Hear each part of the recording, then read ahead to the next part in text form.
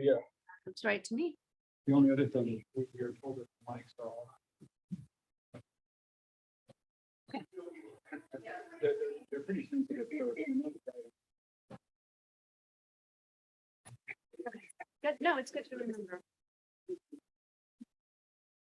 Ryan's got it figured out. You can work from hard. Oh, is that what I was supposed to do? You know what? Okay. All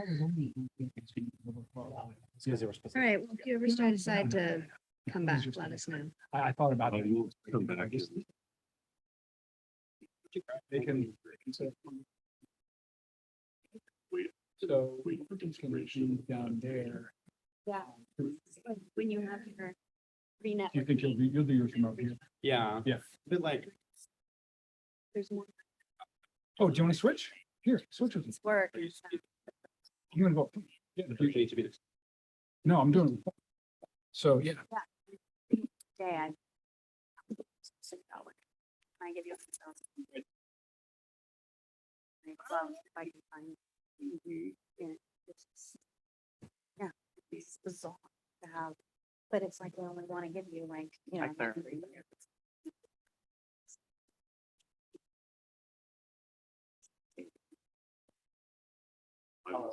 Colleagues to come in. Your trends.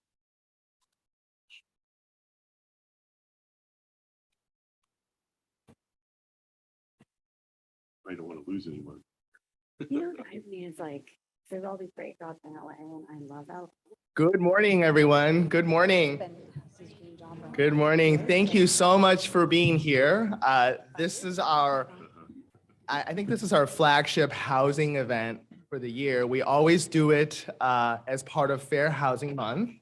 So welcome to our Fair Housing Conference for the City of Alameda. I want to introduce myself. I'm the city attorney for the City of Alameda.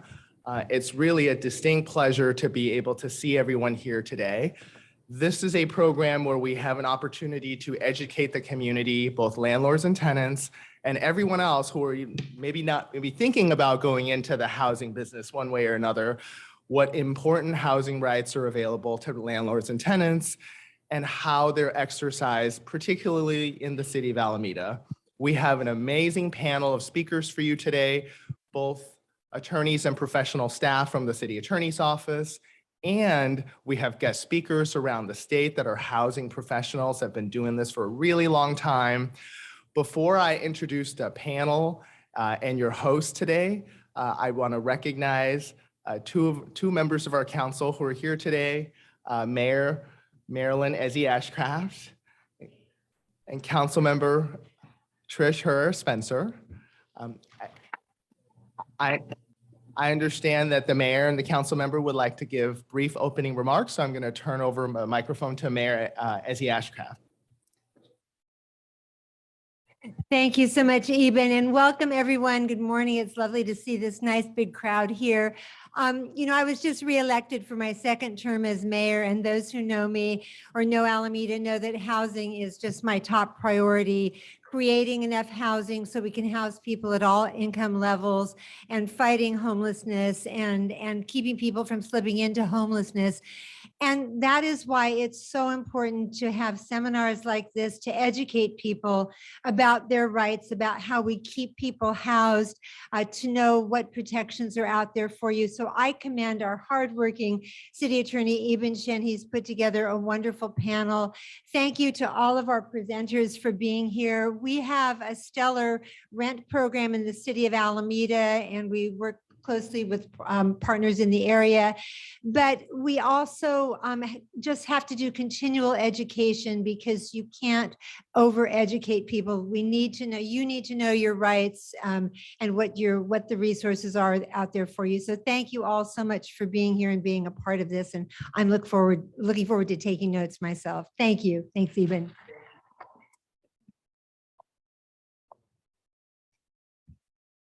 Morning, everyone.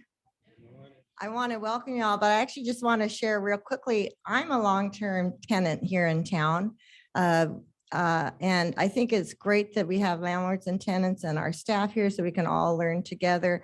And what the mayor just said, protect our rights. But, feel free to ask your questions whenever you have that opportunity. And it's so great to see everyone here so that we're continually learning. Welcome. Let's have a great seminar. Thank you so much, Madam Mayor and Madam Council Member.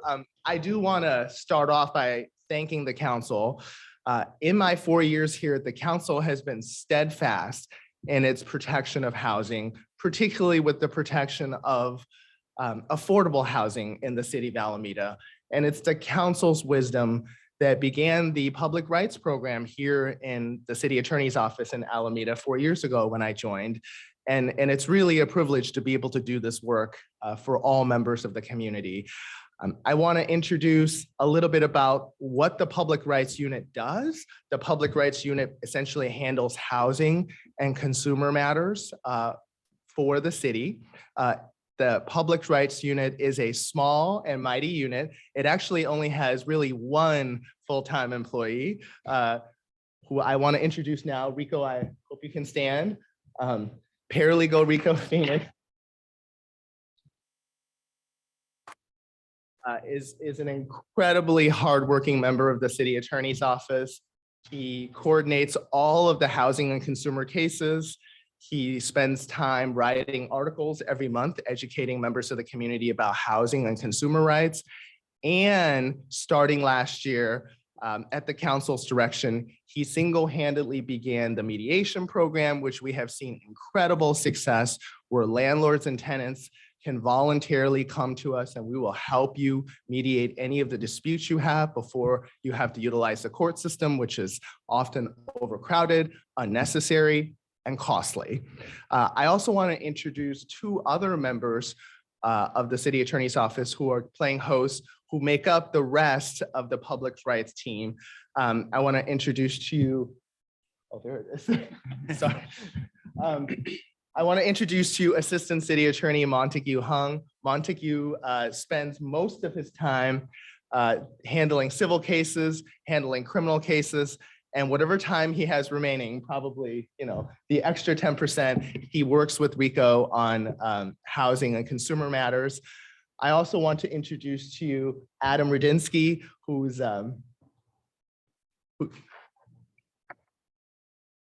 outside counsel, who has spent, 35 years, maybe that's 30, is it 30? 30 years, 30 years handling housing and consumer cases, and is really a renowned leader in the state of California on housing and consumer cases. And we're glad that he's able to spend time with the city of Alameda on these important matters. So with that, I'm going to turn it over to, I believe, Mr. Hung, who is going to be the MC for the rest of the event. Thank you so much for coming. Please enjoy. Thank you, Eben. Hi, everyone. Good morning. As Eben mentioned, my name is Montague Hung. I'm an assistant city attorney and city prosecutor. Thank you. You're too kind. It's been my privilege to be with the city for the last 3.5 years or so, and we're very excited to have this conference. We've had this conference. This is our third one, but our first one in person. So we're super excited to have everyone here, to actually see some faces of people in the community rather than just a little Zoom box. And we hope to do this for many years to come. I'll be your moderator for today. And so just a couple of housekeeping things I wanted to get out of the way. First of all, please hold your questions until the end. We have a large section of time after our speakers for a Q&A. And at that point, you can ask whatever questions you may have. On that point, please limit your questions to the law. What we want to avoid is we actually cannot give you individual legal advice. So if you have questions about your specific factual circumstances, we're happy to field that later. You can give our office a call. We can do that at a later time. But for today's conference, if you can keep your questions about the law, we'd really appreciate that. And with that, I do want to introduce, Eben already gave partial introductions, but we're going to have our next speaker talk about the city attorney's mediation program. It's going to be our paralegal, Rico Phoenix.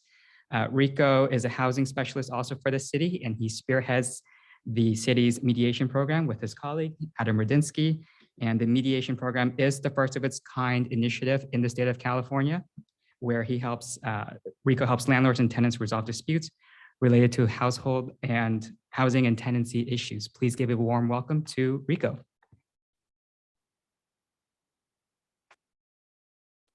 Good morning, everybody. Thank you so much for coming. I am very excited to see such a wonderful turnout. This is a very important event for our office. So I'm very excited to talk to you about the mediation program. So again, I am going to talk to you about the mediation program. I'm going to give you a brief overview of what it is and how it works so that you can have a sort of sense of what it is that I do. So the mediation program was established last year, January 2022, and operates out of our office here, the city attorney's office. I run this program along with Adam and my colleague, Monty, as well. And our program is designed to help landlords and tenants resolve conflicts in a peaceful and effective and efficient manner with an emphasis on prevention.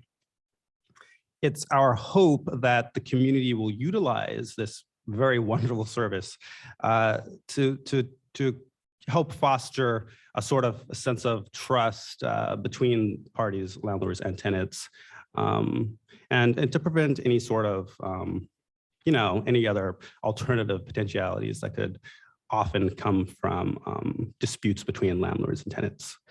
So with that, I would actually like to give you a little example, a story, if you will, about a couple of the mediation cases that I've handled here in my office. Okay, so the first one I want to talk to you about is, so our office received a phone call requesting mediation from a tenant here in Alameda. So this tenant was a longtime renter. They had been in their unit for quite a while. And over the span of time that they were in their unit, they did have, there were issues that they had with their landlord.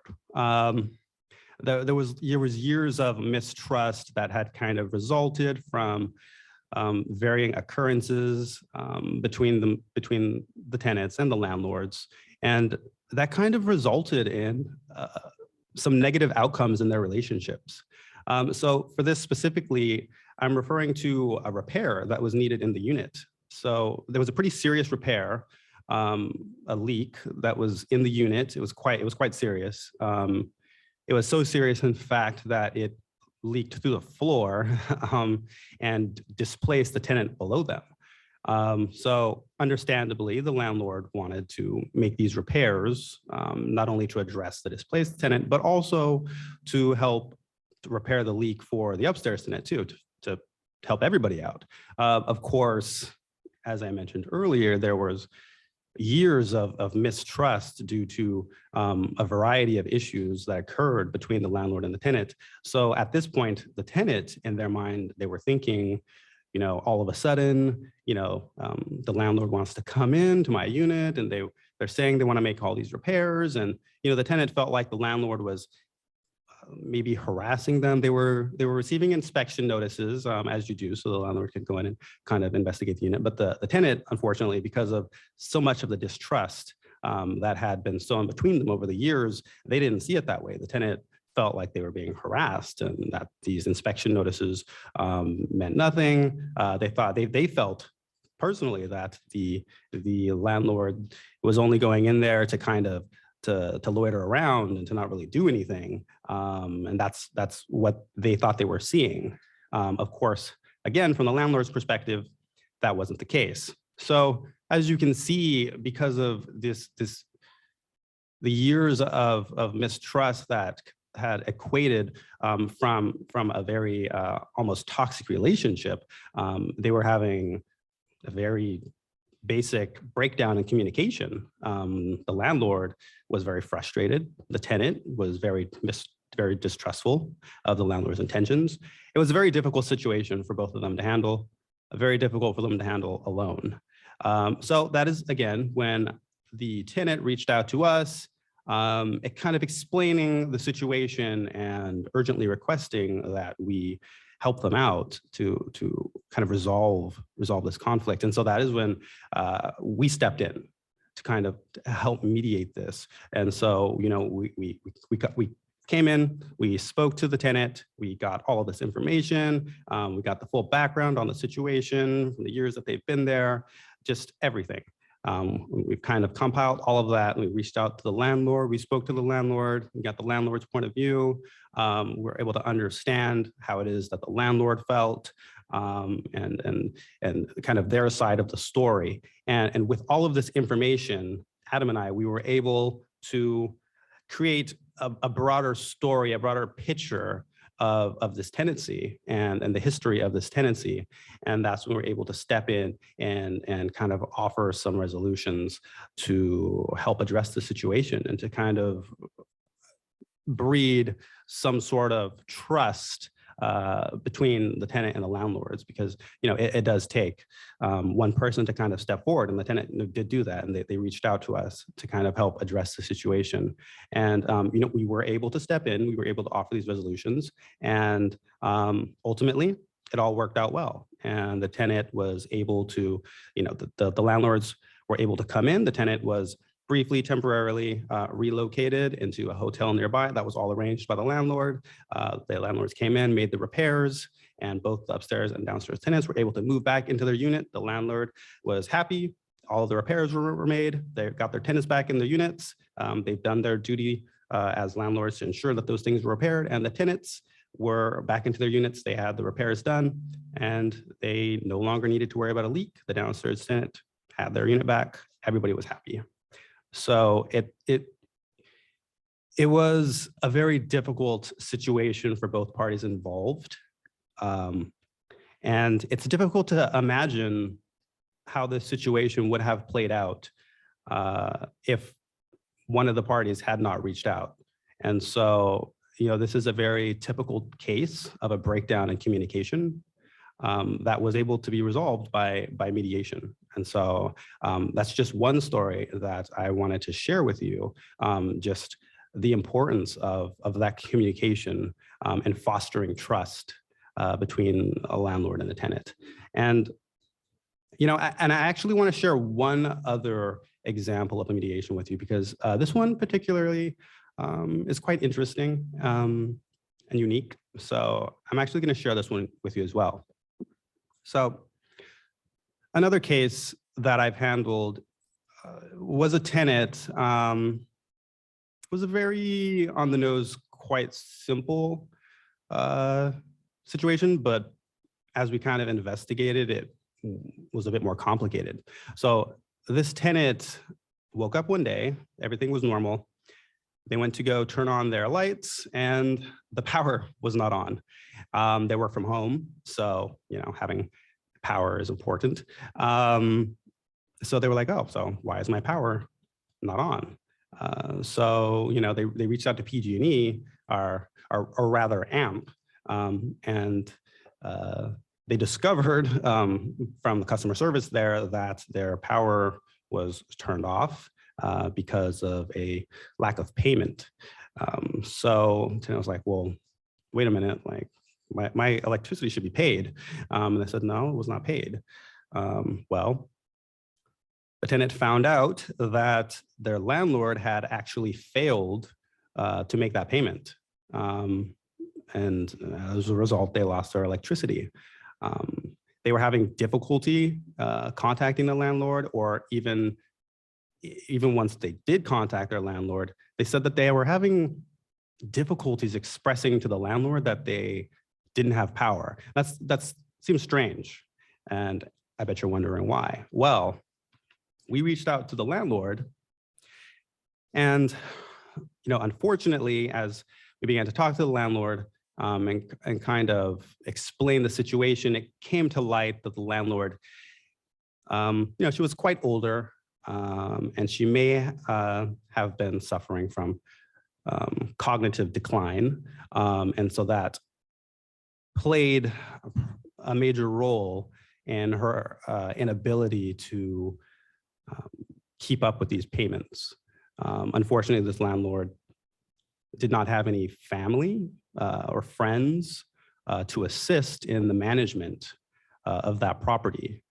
And so as a result, we have this situation where the landlord, from no fault of her own, is forgetting to make these payments, and it directly affects the tenants and their electricity, which is, very important. So the tenant reached out to us. We were able to get the story from the tenant about kind of what had happened. We spoke to the landlord, and it came to light that this may be an issue. But we did work. We worked with the landlord. We continue to work with her to address this issue, which again, on the nose, almost seems like a simple issue, turning back on electricity, right? Unfortunately, because of this the complexity of the cognitive decline that made things a bit more complicated. However, in the end, we did end up working out an excellent resolution, I think, for everybody involved. And we managed to, we recommended a few different property management companies to the landlord. And eventually the landlord did pick one of the wonderful property management companies here on the island. And so now that property is being managed. The tenant has electricity. The landlord no longer needs to worry about that. Being older, it's understandable that the landlord may need a little help, which is totally fine. And that is exactly what a property management company is for. So it worked out well for both the landlord and the tenant. And it was a very unique situation, but it's something that I wanted to share because I just wanted to express that even in these sort of like complex, unique situations, almost novel, our office is still trying to work with landlords and tenants to come to some sort of resolution.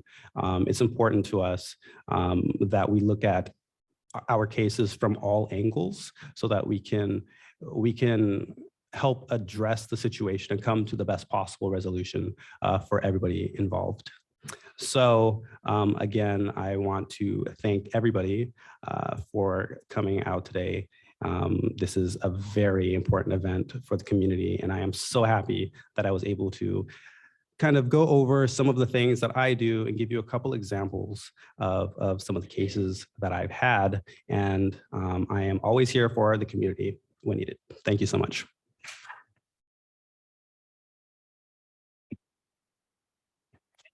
For that overview of the mediation program that we have. So next, we're going to be talking about the fair housing overview, just talking about the framework of how that works. We have a great speaker for you today, Nathaniel Hill. Nathaniel is now in his 7th year at the Department of Housing and Urban Development. He is the Program Compliance Branch Chief for the Los Angeles Office of Fair Housing and Equal Opportunity, where he works with recipients of federal funding on a range of civil rights compliance matters.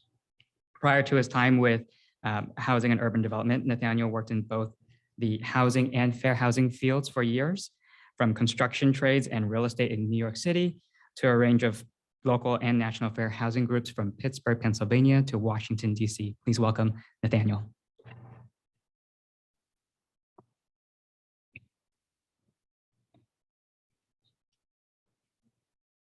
Up until the last moments, I was undecided if I was going to stay up there or come down here. There's something really intoxicating about being up there. I'm not going to lie, Mayor, I'm sure you know, it did feel a little removed, but what really my hang up was having everyone behind me, like you're just standing here realizing there's all these sets of eyes bearing down on your back.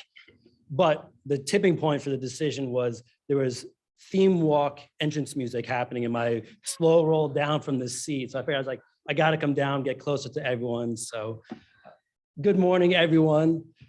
I know Monty said something very similar, but you forget what it's like to look out on a sea of faces. I'm so used to staring into that like dull, lonely glow of a computer screen. And at times, even when you're speaking in public on the computer screen, you forget that there's people on the other side of that. So it's really awesome to see everyone here this morning.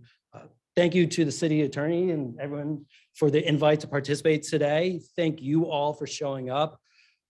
I would like to think that your attendance here today is proof that you share my passion, our commitment to housing and how fundamental housing and our search for healthy and sustainable housing is.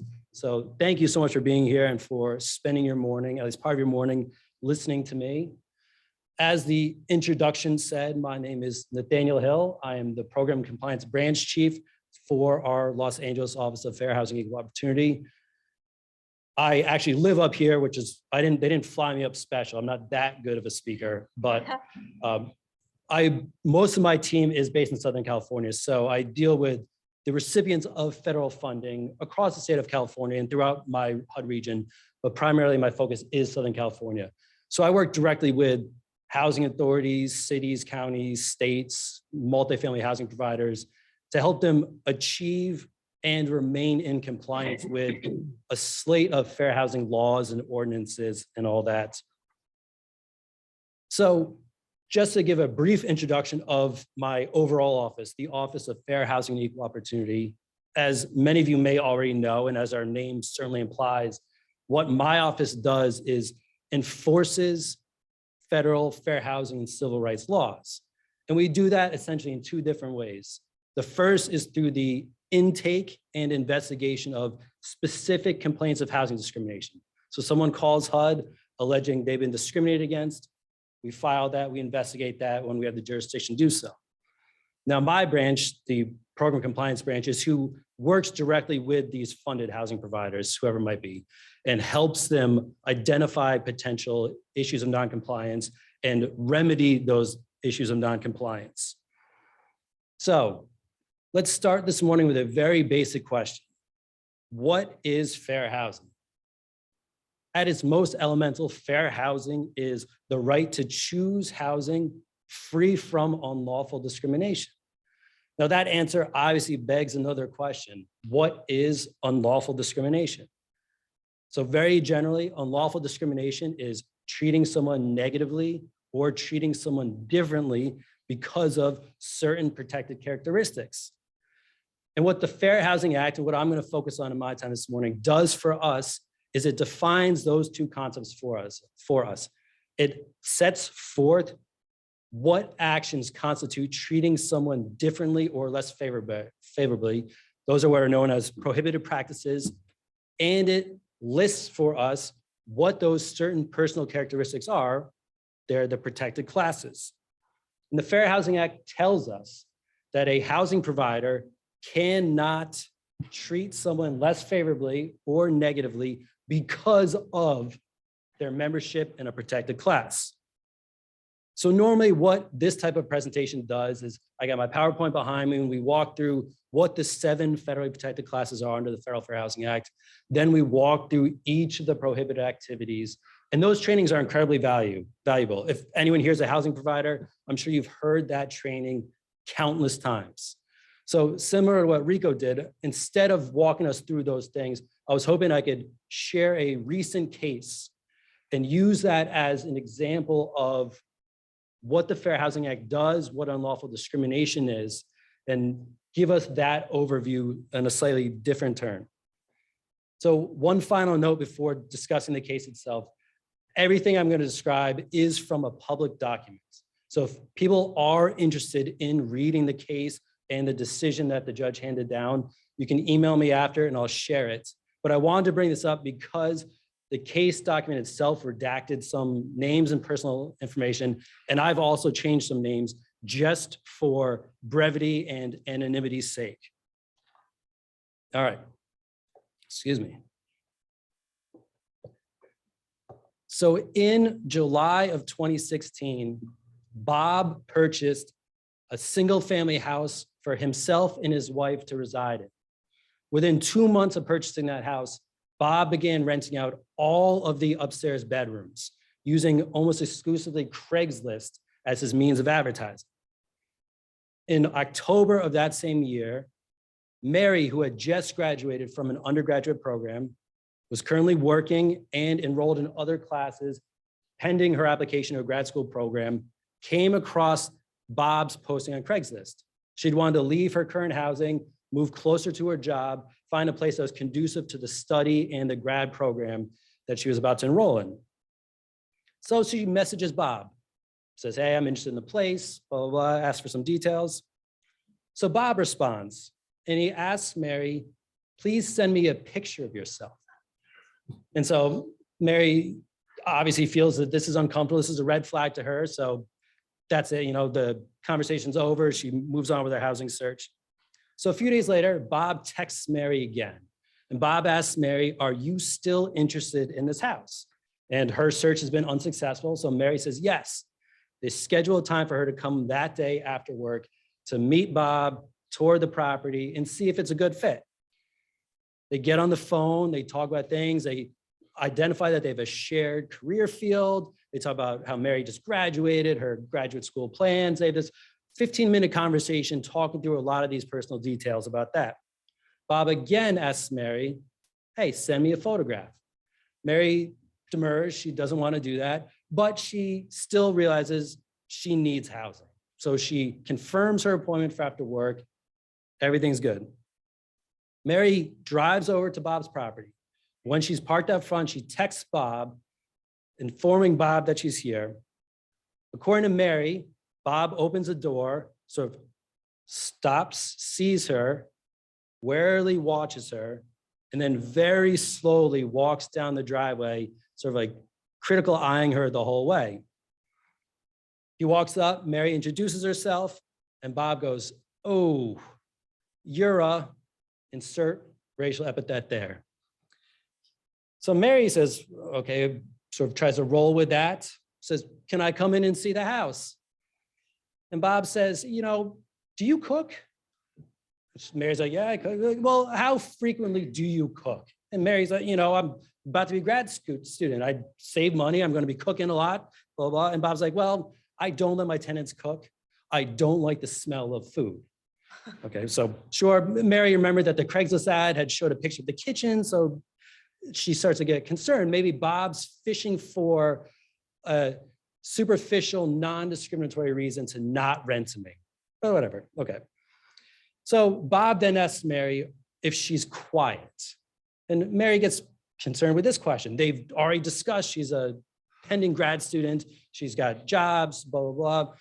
So she's like, yes, I'm quiet. So Bob asks her, are you a professional? Mary's like, well, we talked about we both work in the same career field, and that's what I'm gonna go to grad school for. And so, she's really questioning what all these additional inquiries are.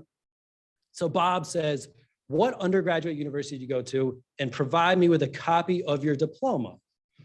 Now, I certainly don't carry my diploma with me. Mary didn't, but Mary tries to log into her school's database on her cell phone to get something for Bob to see if she can address Bob's concerns. But they still have this back and forth. And Mary again asks, can I come in and see the home? Like, we're worried about all of my qualifications without ever seeing what this property looked like. Can I stay here? And Bob says, Mary, I'm sorry. You're Black and my wife isn't comfortable with that. And Mary said, excuse me? And he says, no one in this house is Black. You don't fit. And Mary says, I think this is unfair. And Bob says, well, you want to know what? It's a private home. I don't have to follow any fair housing rules. So I should point out, Bob denies certain aspects of this story. Bob said he did not pause when he opened the door. Bob said he did not slow walk to Mary. Bob says instead he wasn't sure if that was Mary, even though she texted him from right up front. He says he didn't know what she was capable of, and that he felt she was being pushy by asking to come inside to see the place.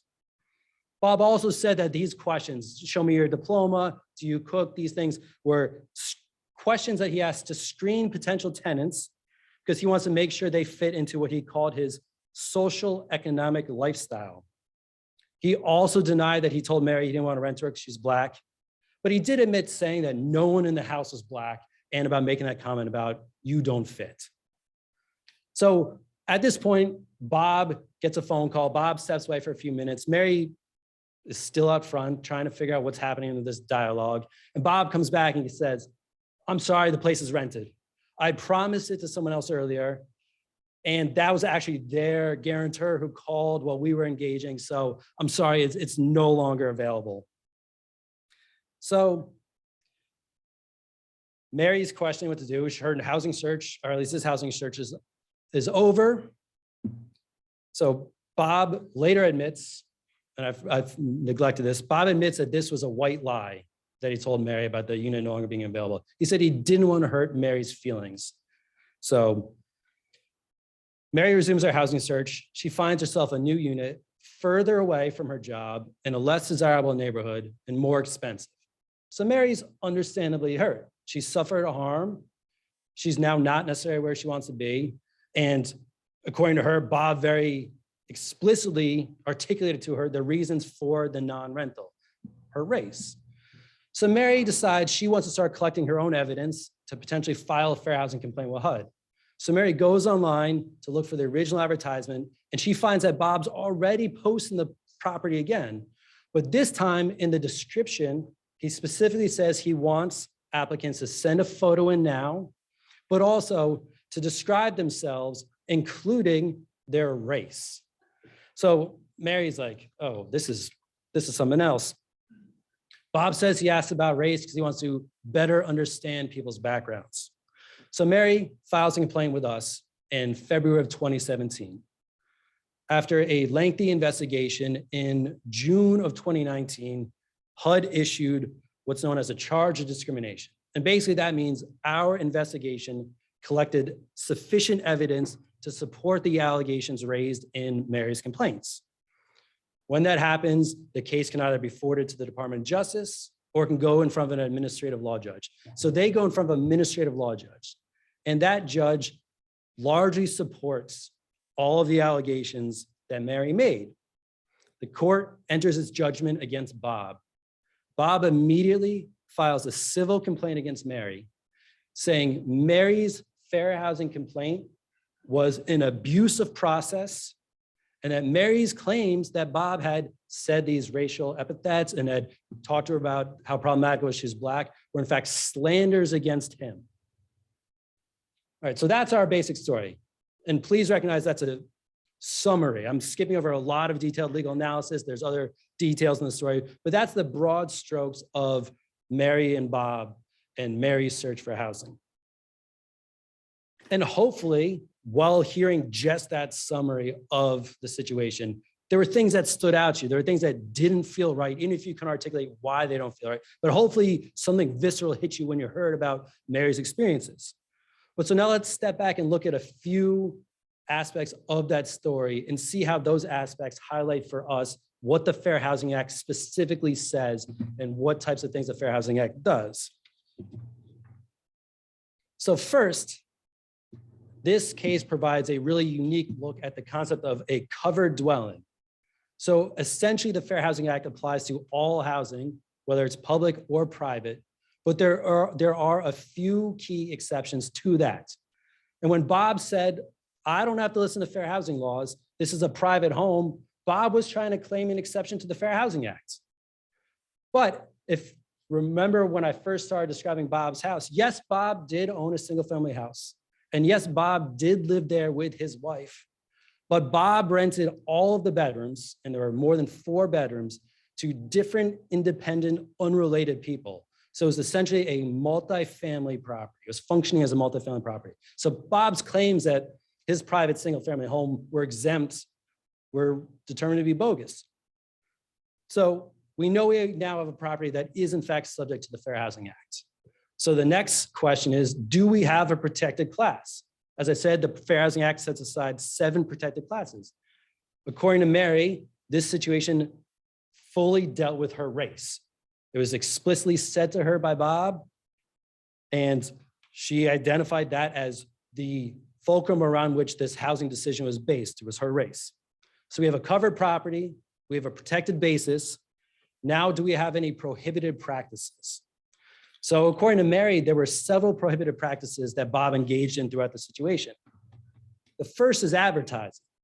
So the Fair Housing Act prohibits the publication, whether print or verbal, of any statement, advertisement, or notice that indicates a preference or limitation based on protected class. So we know, even in my summary, we got a couple of those. We have Bob's explicit statements about Mary's race, the racial slur, the statements that he would not rent to her because of her race. And then we also have his use of potential code words indicating a preference based on race. Remember, he said things about wanting to see if someone fits into his social, economic, lifestyle, and some of these other code words. And then we also see that Bob published something that indicated a preference. He asked future applicants, tell me your race.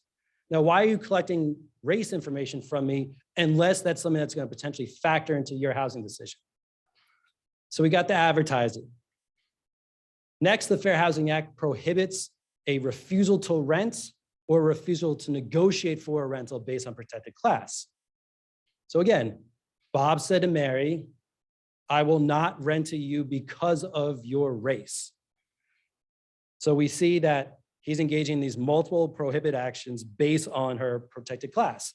And even in this, he used more of his code words. He referred to as not fitting in the household, told her that her race was different than the race of everyone else there.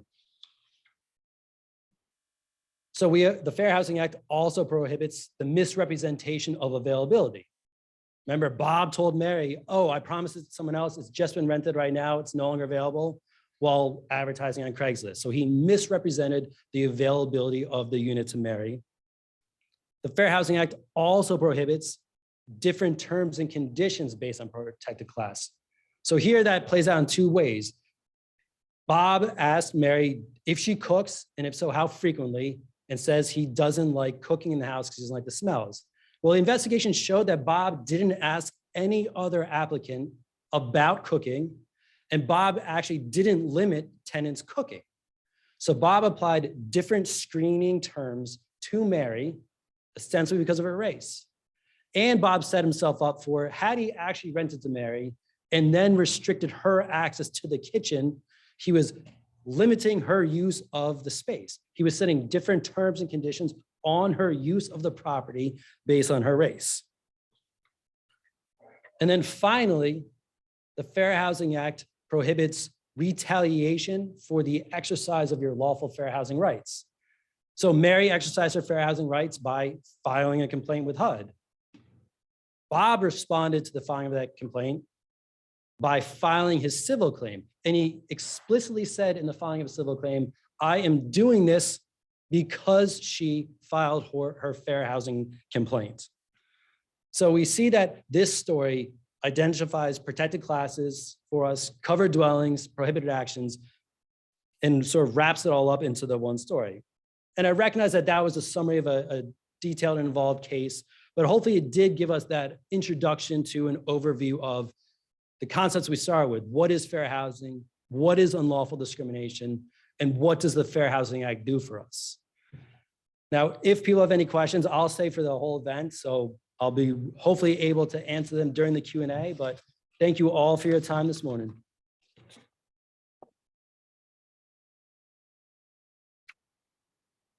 Thank you so much, Nathaniel. And to be clear, we could have flown you if you lived down in SoCal. It's okay. We're very lucky to have our next speaker who we did actually fly down from SoCal.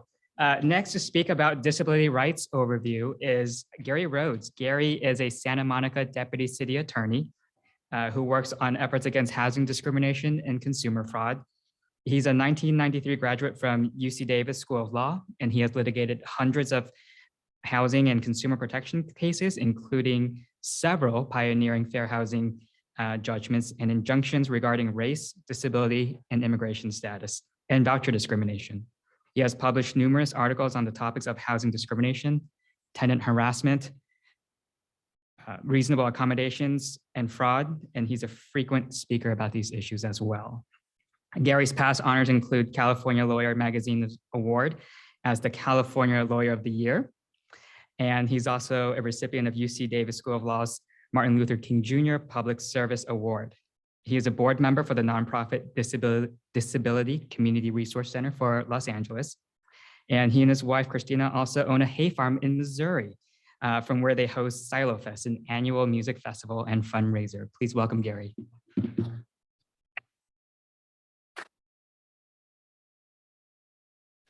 Thank you so much. I went through the same analysis about whether to come up here, just like Nathaniel did. And my tipping point was that Nathaniel came up here. Come up here, then I'm up here too. Anyway, thanks for having me back. This is my third seminar with you all, but the first in person. And it's great to actually be here in Alameda for the very first time. My wife and I flew up here yesterday, and we already are falling in love with your community. Just a beautiful, island of Victorian houses and cool old buildings. And so we like what we see so far. I'm here to talk about disability rights and responsibilities. And since we're on an island, I'm just going to dive right into what I think is the 5 top rules that you all need to know as landlords and tenants to know what your obligations are and what your rights are. Now, you should find in your materials my cheat sheet for this. It's the last page. And I'm going to go through the general rules once, and then go back through them all again with more examples and details. Rule number 1, discriminatory treatment is prohibited when it comes to tenants and applicants with disabilities. And this gets a little bit into what Nathaniel just described. Anytime you're treating an applicant or a tenant differently because of their disability, especially if it's in an adverse way, then the landlord has violated this rule. So for example, Nathaniel was talking about screening questions that a landlord is directing at one tenant and not the other tenants. That's a discriminatory treatment issue right from the get-go. Rule number 2, reasonable accommodations are required. Anytime an applicant or a tenant can explain that because of their disability, they need a change in a policy or rule that is in place at this building, the landlord has to provide that exception. Rule number 3, reasonable modifications are also required. This is when the building or the apartment needs some structural change to make it accessible or usable for the person. The most common one, of course, is wheelchair ramps, but we'll get into some more examples in a little bit. The main difference in most modification cases are who pays for that, and the landlord, in most cases, does not have to pay for that. That's at the tenant's expense or some other funder. Rule number 4, accessibility. The Fair Housing Act, and that's what we're talking about here, by the way, these first 4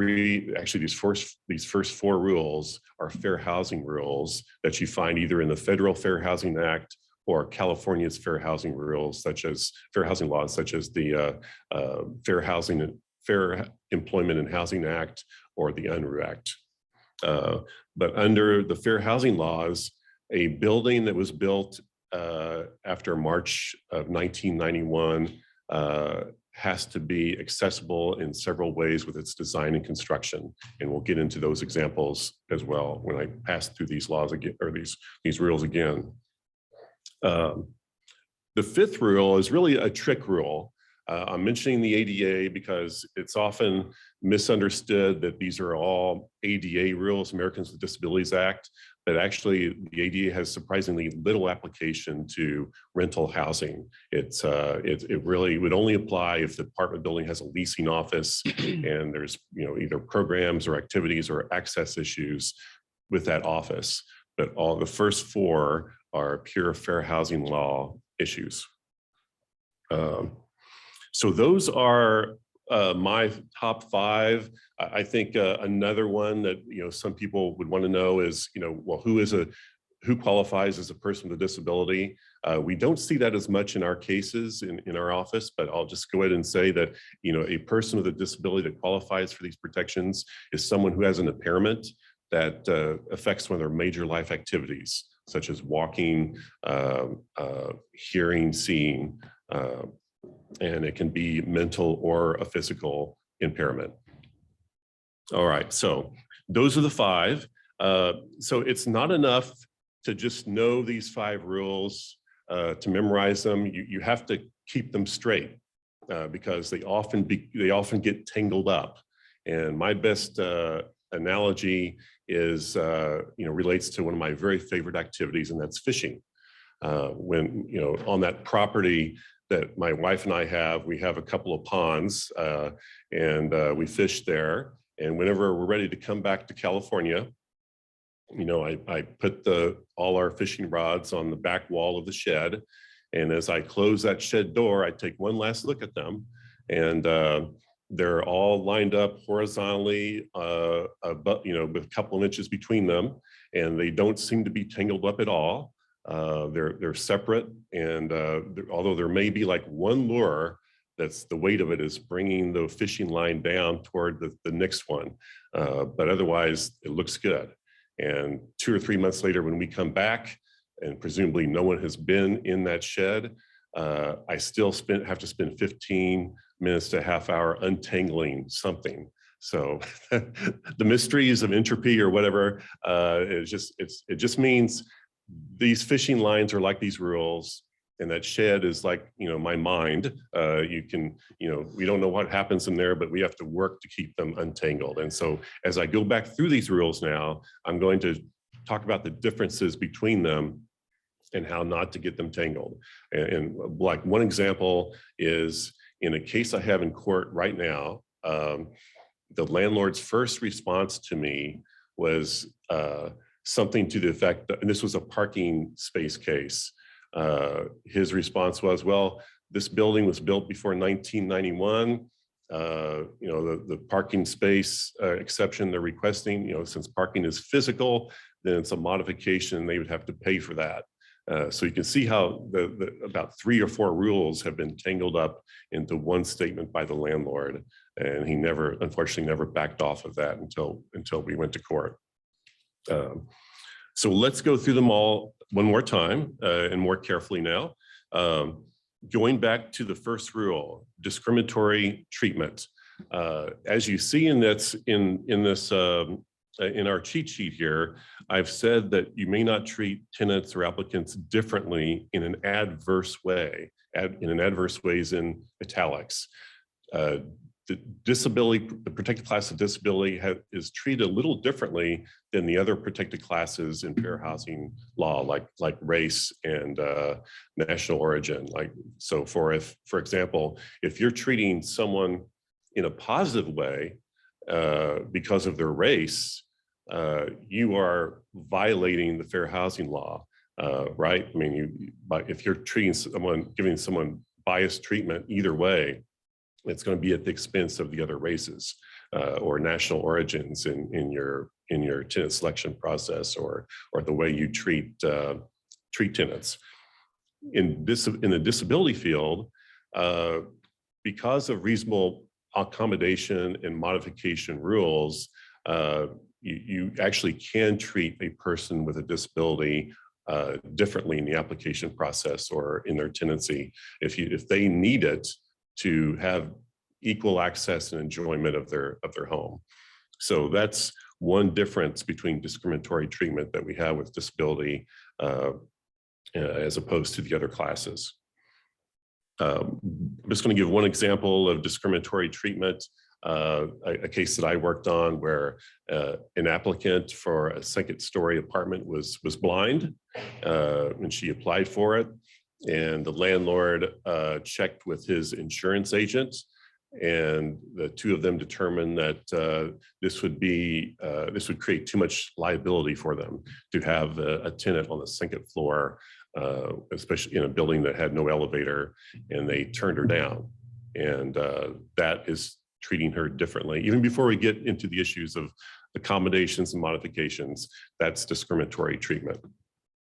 And by the way, that case ended in federal court with a consent decree against the landlord and the insurance agent, because the insurance agent's statements contributed to the discrimination.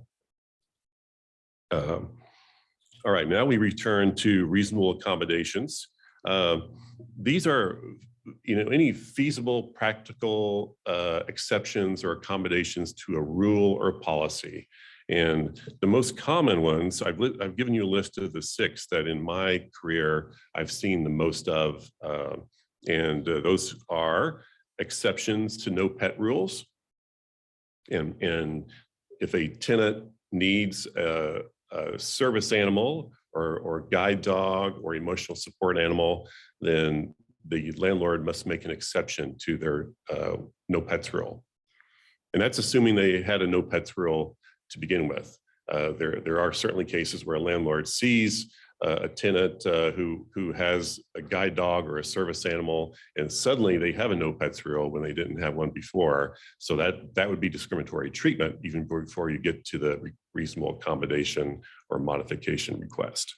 The second example, unit transfers. If someone with a mobility impairment would like now to move to, from the 3rd floor to the 1st floor to make life easier for them, to make their unit more accessible, and the landlord, has those units that come vacant from time to time, then they would have to allow the tenant to make that move without any additional expenses. And there are even cases where, in rent control districts where they want, the landlord saying, okay, well, if you're going to move to a different unit, then I get to raise the rent. And in these cases say that that can't even happen. Third example, rent due dates. A lot of folks with disabilities have checks that come in that are like SSDI or Social Security, and they come in on certain dates. And so if a tenant needs the due date for the rent to be changed to make more sense with when they get their check, then the landlord has to make that accommodation. Fourth example, exceptions to first come, first served parking policies. This is a very common one in Santa Monica for whatever reasons, but if a tenant, usually because of a mobility disorder, needs their parking space to be closer to their apartment because they need to shorten that distance that they're walking, then the usual first come, first served parking policy needs to be changed so that they can get that next parking space that comes open ahead of maybe leapfrogging ahead of other people that are not disabled and get that spot. Number 5, caregivers. A lot of folks with disabilities need caregivers, either on a part-time or full-time basis.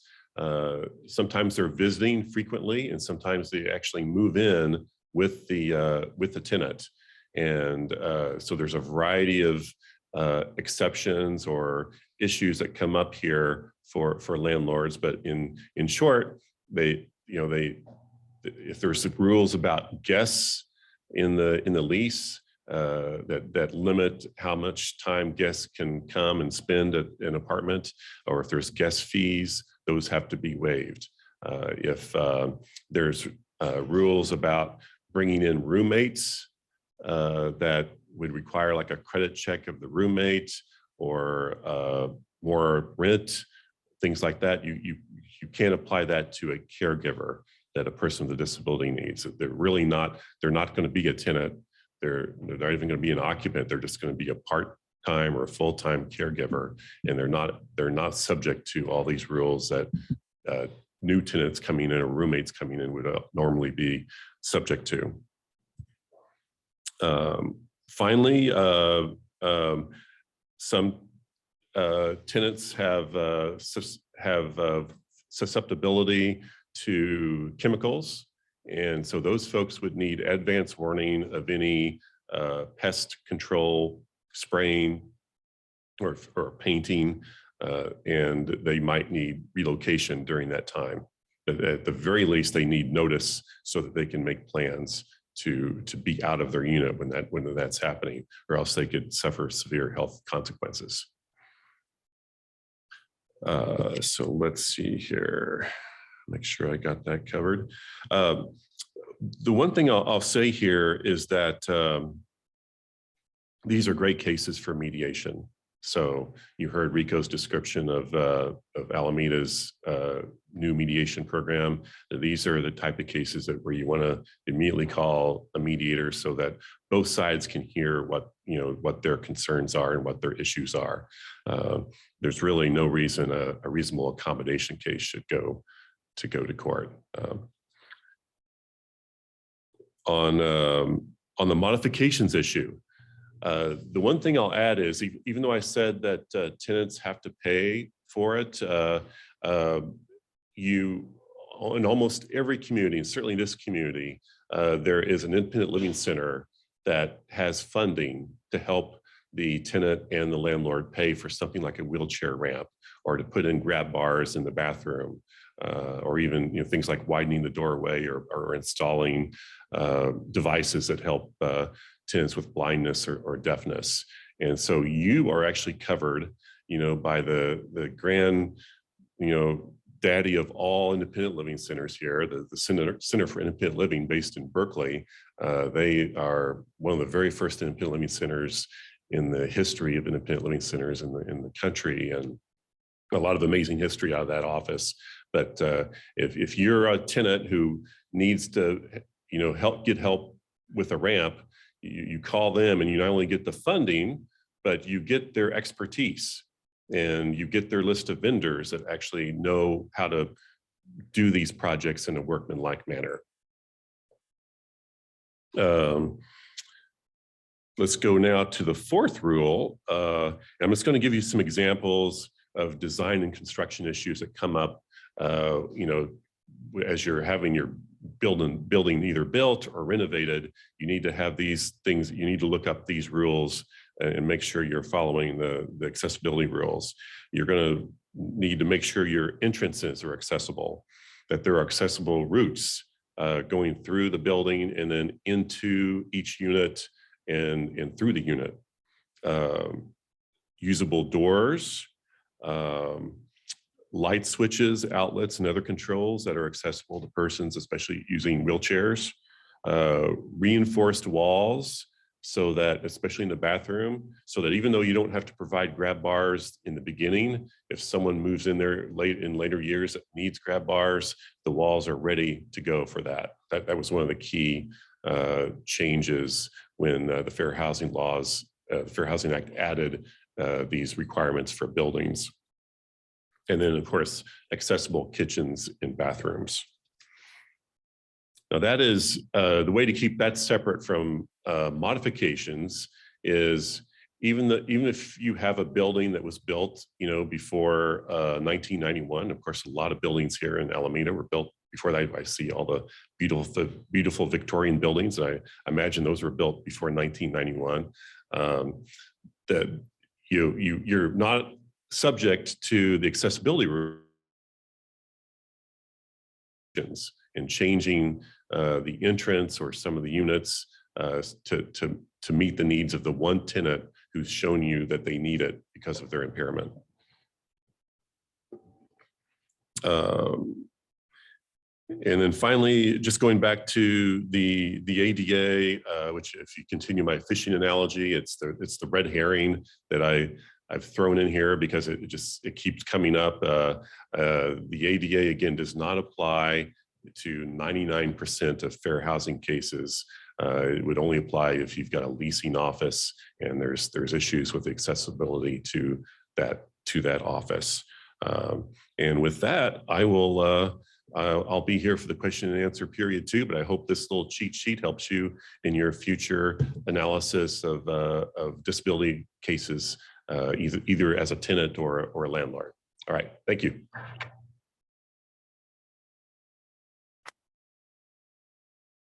Thank you, Gary. So we have 3 other great topics to present to you about, but first we're going to take a 10-minute break. If you haven't already, we have plenty of refreshments in the back room. You can just walk up this ramp. There are some pastries from a great local bakery, some coffee and water if you need it. There's also a water dispenser right here. And for anyone who needs the restrooms, they're just right outside the hallway to your left. We'll see you back in 10 minutes. Thanks.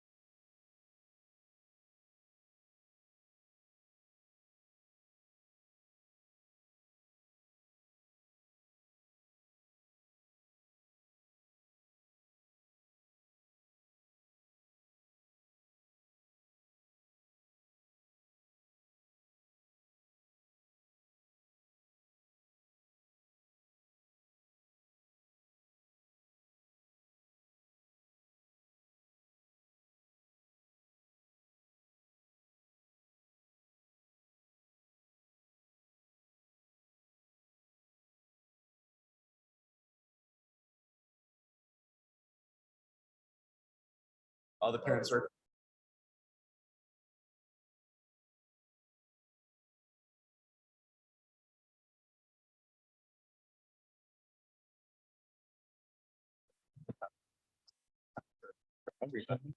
Testing? Hello? Okay, thank you. Hi, everyone. Hope you had a good break. We can get started shortly. We're gonna give it just another minute. Let me grab a couple of colleagues.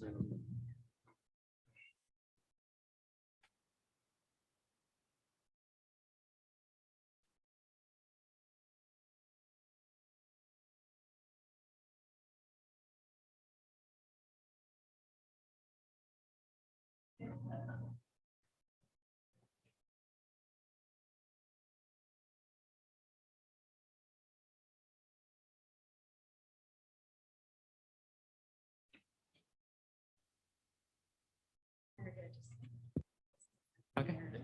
Okay. Did you want-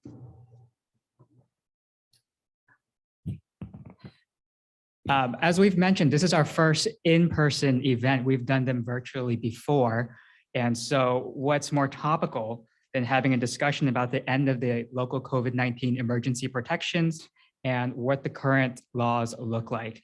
We're very happy to have two speakers speaking about this topic. I'll first introduce Leah Simon Weisberg. She is the legal director at the ACCE Institute. She began her work in LA as the co-executive director of the Eviction Defense Network, where she litigated over 1,000 unlawful detainer cases on behalf of tenants facing eviction in LA County. Leah was the directing attorney for tenant rights at Centro Legal de la Raza, where she managed a staff of 21 and oversaw the anti-displacement programs for the County of Alameda and the City of Oakland. She led policy initiatives which led to historic increases in rent control and just cause for eviction protections across Alameda County. Leah also managed the litigation practice at Tenants Together, including class action and multi-plaintiff fair housing, habitability, tenant contract, and consumer rights cases. Leah was the managing attorney of the anti-predatory lending and home mortgage foreclosure prevention practice at Community Legal Services in East Palo Alto. And she serves as the chair of the elected Berkeley Rent Board. We're lucky to have Ryan Halpern. Ryan is the management analyst for the City of Alameda's rent program. He previously worked as a program specialist with the city's housing authority.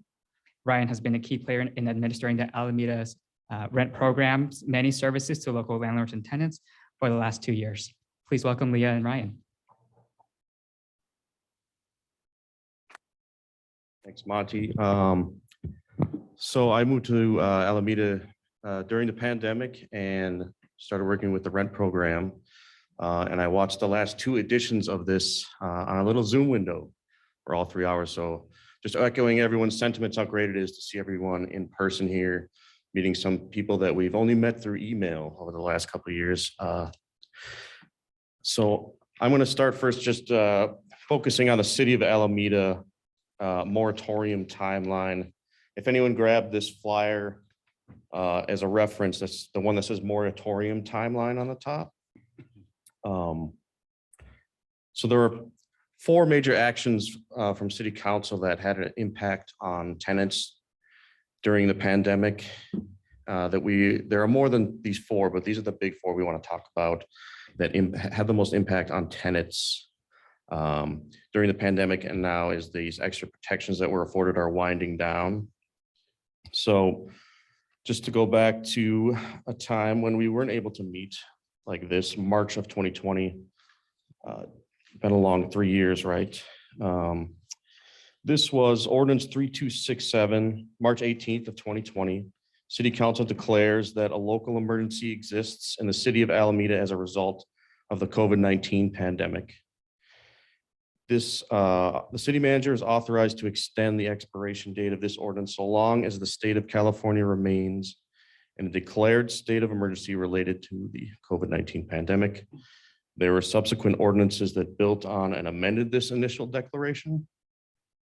One example that's not in those 4 that I mentioned, 3272 made it such that the local emergency would automatically continue until the state's declaration of emergency is rescinded, or sooner if appropriate to lift the local emergency declaration prior to state action.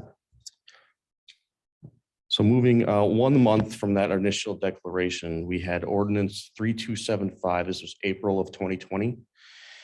What this afforded was a rent increase moratorium on fully regulated units in the city of Alameda. So any rent increase with an effective date after April 2022, April 22nd of 2020 was invalid. If anyone grabbed this brochure, if you want to know what the difference is between fully regulated and partially regulated units, it's in the first fold there. So again, that rent increase moratorium only applied to fully regulated units in the city of Alameda. This ordinance also provided a prohibition on some no-fault grounds of termination. This would be for owner move-in or for a termination as a result of a capital improvement plan approval. So just as an extra step to keep tenants from being displaced during the pandemic, there was a prohibition on owner move-in and terminations of tenancy related to a capital improvement plan. There was also a affirmative defense to eviction for failure to pay rent due to substantial loss of income arising from the COVID-19 pandemic. There was also language about that included in ordinance 3275 back in April of 2020. All right, we're going to move ahead now. A little more than 2 years into the pandemic. This is ordinance 3315 was signed in March of 2022. What this did was end that rent increase moratorium. At that time, in March of 2022, beginning May 1st of 2022, landlords could resume serving notice of AGA rent increases.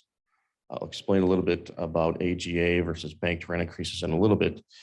But at this time, the use of banked rent increases did remain prohibited. Also the prohibition on owner move-in and capital improvement plan terminations of tenancy did remain. All right, and that takes us to our current status, which is Resolution 15993. If you're taking notes, on ordinance 3330. This was the council declaring an end to the local emergency, termination of the declaration of local emergency. Signed into law October 18th, 2022.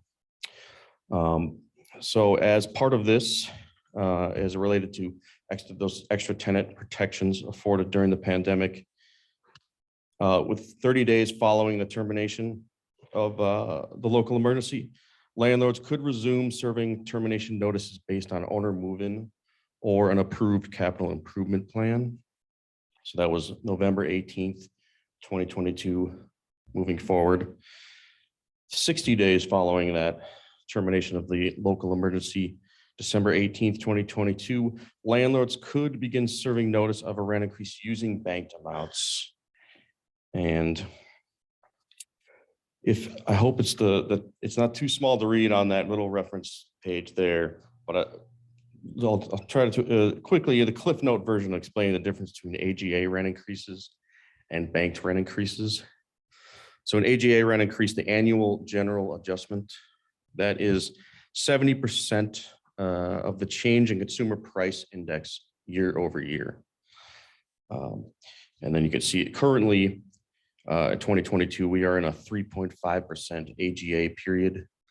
We announce these every year in May. So we'll know the next year's AGA a little less than a month from now. So banked rent increases, what these are, would be if a landlord wasn't able to take an AGA rent increase the year before, they would, in most cases, be able to bank that amount. There is a restriction that no increase can exceed 3% plus the AGA for that year. So if the AGA is 3.5, that would put a cap on banked rent increases at 6.5%. Banked rent increases cannot be imposed in consecutive years and no more than 3 times in a tenancy.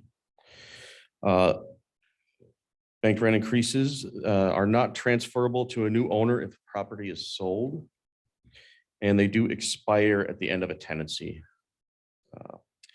And there is a requirement that bank rent increases be filed with the Alameda rent program.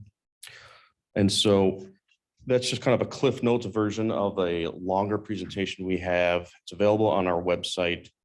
It's about a 30-40 minute presentation that kind of goes into a little bit more detail on this issue, the end of the moratorium, the winding down of those extra tenant protections, and a little bit more of an explainer on how AGA rent increases and bank rent increases work. And you can find our contact information on the brochure. And I think I will hand off the baton to Leah.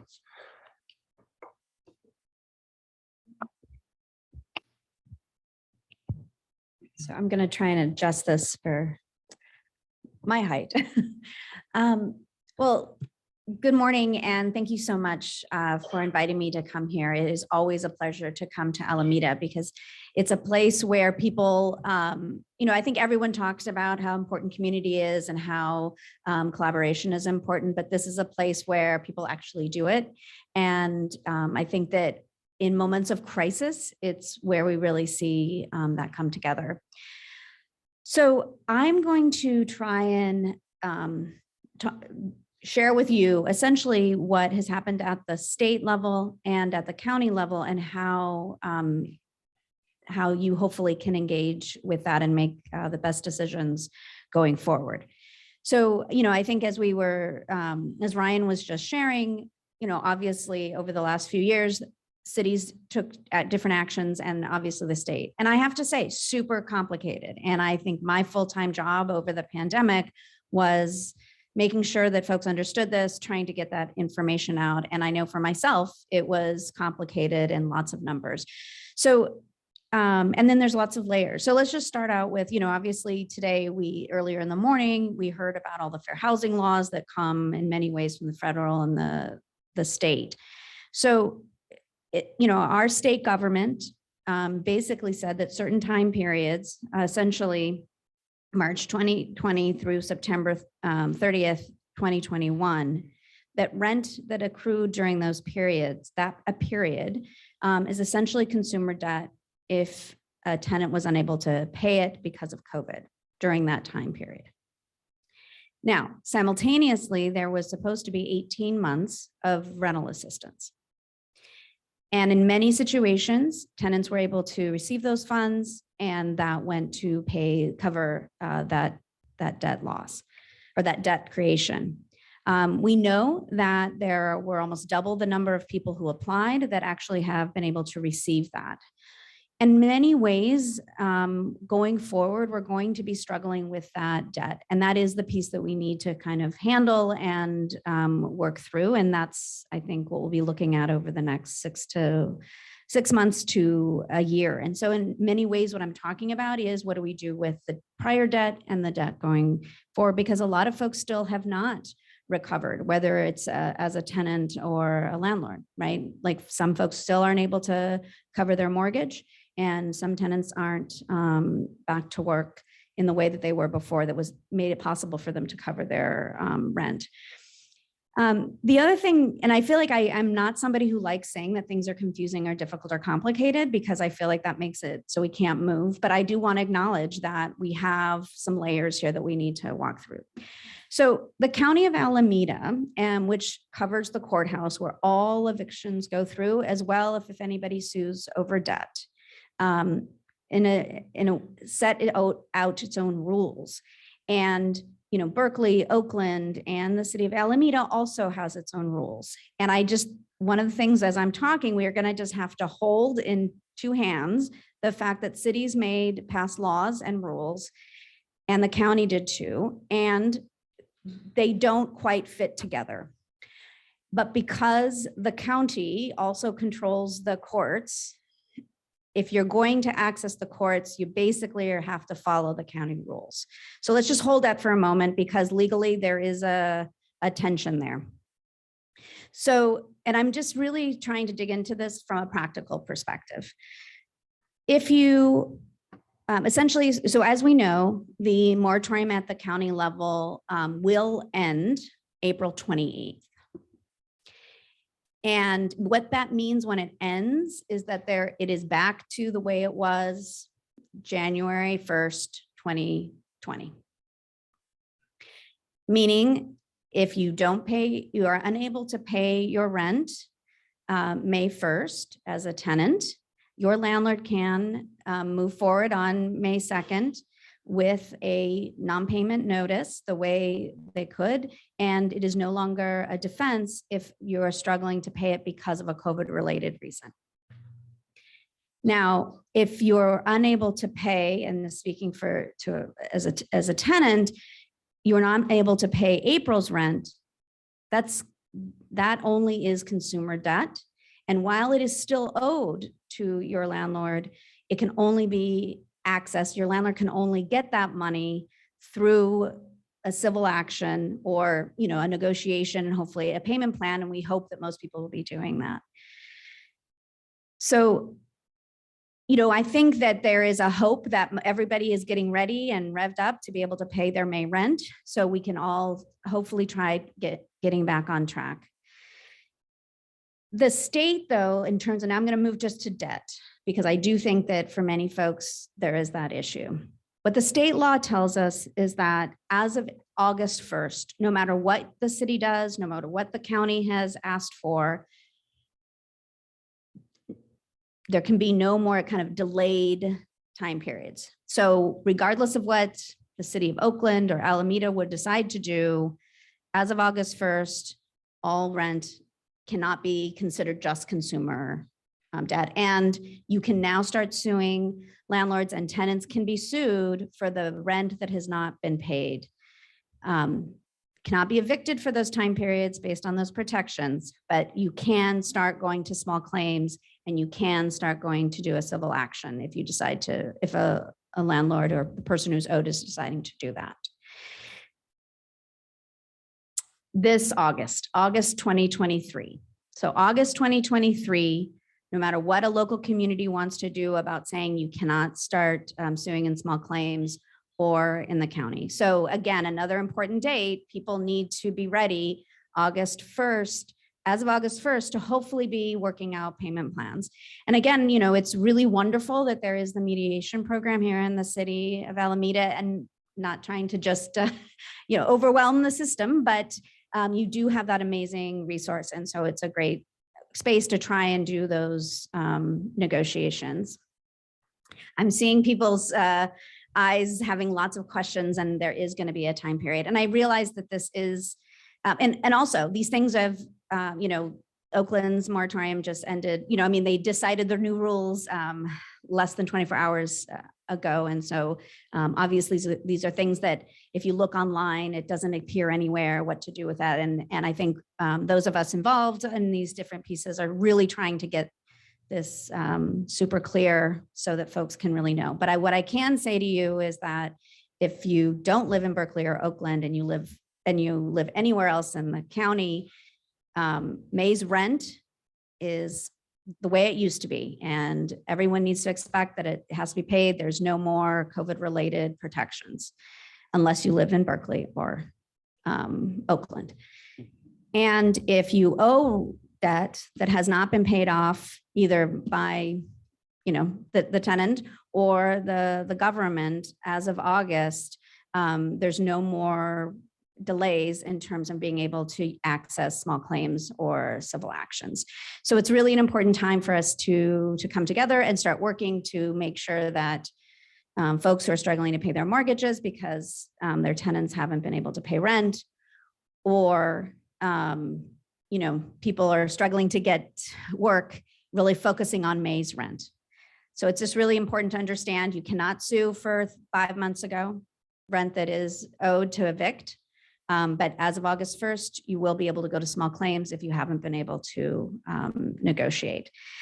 Now, When it comes to those negotiations, the Alameda County moratorium does have lots of details about what you can negotiate and what you can, like you can't say, okay, I'm going to forgive a month's rent, but that means you don't get parking anymore.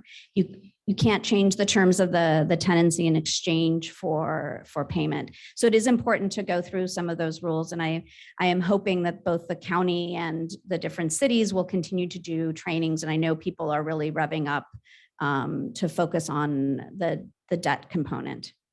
I'm going to pause there because I feel like there may be lots of nuances and questions. I don't know if you want me to take them now or later. Maybe later. Yeah, so we'll be taking more questions later. And as others have said, I'll be around. So hopefully that provided some clarity and not just more confusion, but it is, we're all struggling to kind of get all of the details because there's 3 layers of laws here. Thank you.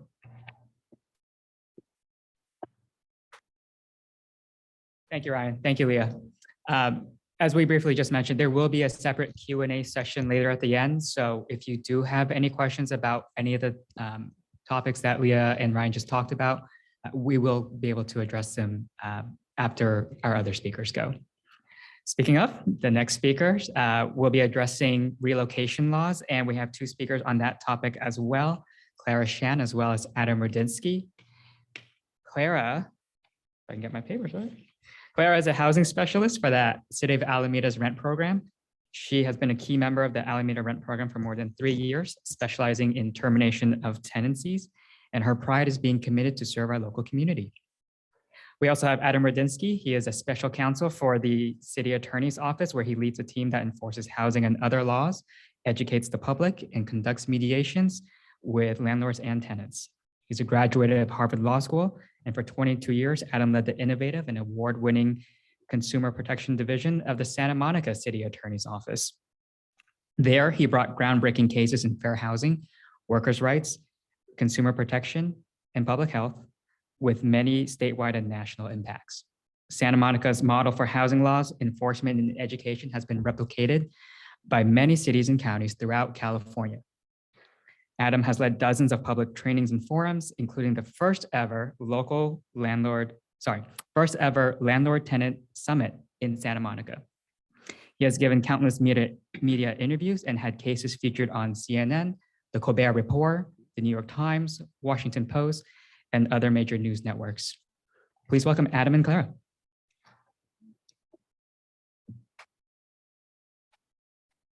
Hi, good morning, everyone. It's so nice to see everyone. My name is Clara. I am one of the staff of City's Alameda Rent Program. If you have called our office previously, it is possible that we've spoken on the phone. So it's very good to meet everyone in person. Today, I will be talking about something called temporary relocation, and it's obviously involves a payment and its process. Temporary relocation is when a tenant that's being temporarily displaced due to the unit's habitability issues. It could be due to one of these reasons. It could be due to incompliance with the governmental agency's order. This would be something like a red tag or a notice to order that's placed on tenant's door. Or it could be due to health or safety issues. This could be, a tenant experiencing no running water in the unit, no electricity, or anything that's, very important. And the third reason it could be due to is part of a approved capital improvement plan. We'll look at the temporary relocation payment is process as rules first, and bear with me. And once we get through the rules, so we could look at an example, and hopefully that will, help folks to understand it a little better. Unfortunately, these cases are often complicated as well. Lots of numbers and timelines, which is why our office is here. If you still have questions after today, please call us and we'll be more than happy to answer your questions. So when these situations arise, the city's rent ordinance has a set of rules that comes into play. landlord, instead of making payment, and landlord do have a option to offer a comparable unit in lieu of making the payment. Tenant essentially get to decide whether the unit is comparable or not. There is some paperwork involved in this process as well. Landlord are required to serve the completed RP 207 form. And this is the temporary relocation payment notice to tenant within 3 days of tenant vacating the unit. And then within another 3 calendar days of serving the tenant with the notice, the landlord are required to file with our office. This notice, RP 207 I mentioned, is located on our website. If you have trouble locating it or have questions, you can always call us. If you grabbed one of the materials, this is the topic I'm talking about. There are lots of numbers on it. On top it says temporary relocation payment. I'm about to introduce the per diem payment that applies to the first 60 days when tenants are being displaced. So this is the number on the top of the sheet. Tenants are entitled with a per diem payment that's calculated on a daily basis and paid at least weekly until the tenant reoccupy the unit. This payment amount was adopted by the city and designed to cover the expenses of the tenant as a result of having to move out of their home without no fault of their own. Expenses like for hotel, meals, pets, and laundry. The city recognized these are numbers that can tally up to a large amount quickly. And the thinking behind that is to make sure the tenant get back to their unit as soon as they can, and the issue of the unit are addressed in a timely manner. Again, this payment applies for the first 60 days of when tenant vacates, and while receiving this per diem payment, tenants still continue to make rent payment.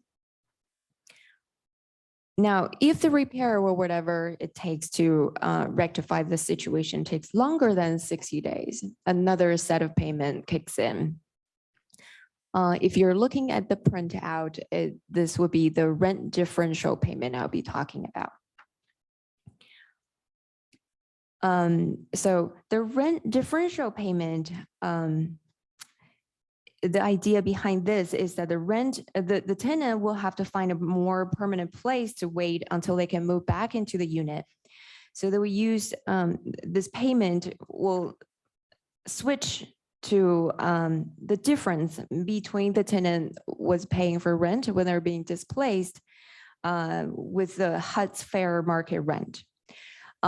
For example, if you're looking at the rent differential payment chart, if a tenant has a 1-bedroom and they were paying, say, $1,500 while they were being displaced, starting the 61st day, they will be receiving the difference, which is going to be 1,771 minus 1,500. It would be $271 per month starting the 61st day. As you can see, this is a lot less than the first 60 days. That is because the tenant no longer need to pay rent when they're receiving this rent differential payment.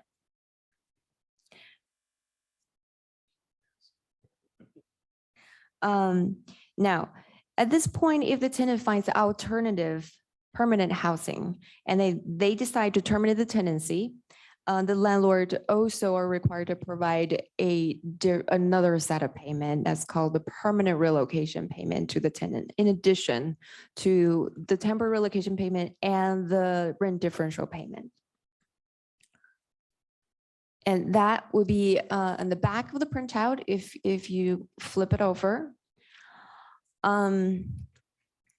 With all the rain and flooding happening to our city in the past few months, our office is getting a lot of inquiries about folks being temporarily displaced due to the habitability issues of their unit.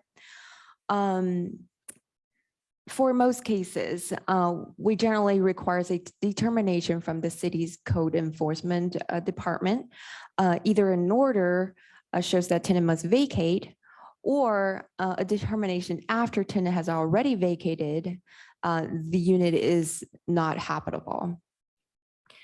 When tenant and landlord contact us for these issues, we will explain fully, step by step, what the process is and what are the requirements for landlords and tenants. We will then sending a notice to explain the rules as well and help landlords and tenants to comply with the local ordinance.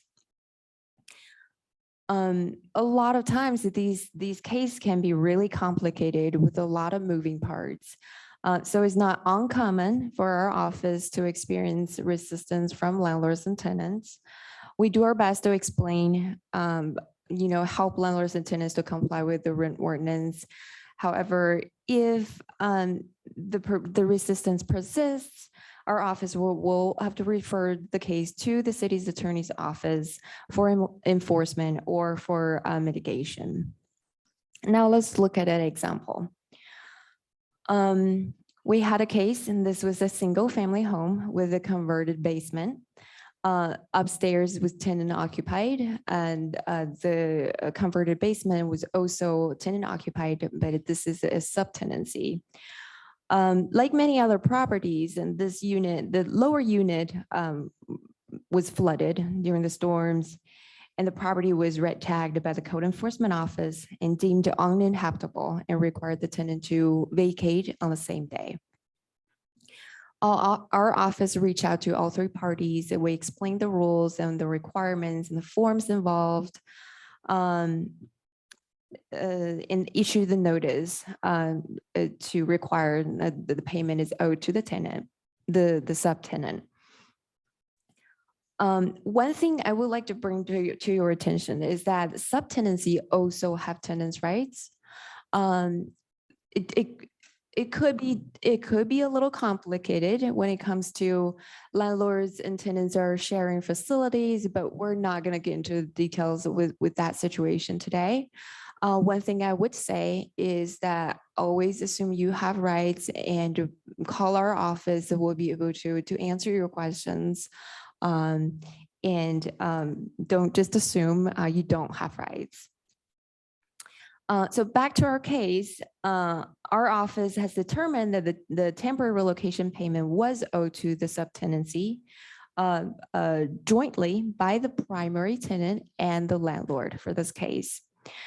Unfortunately, there were multiple issues with the property, with this temporary relocation case going on. There were also issues like there were a recent change of ownership, there were registration errors, there were code violations, there were unpaid program fees, there were multiple invalid rent increases, and a lot of dispute about whether the subtenancy was with the landlord's acknowledgement or not.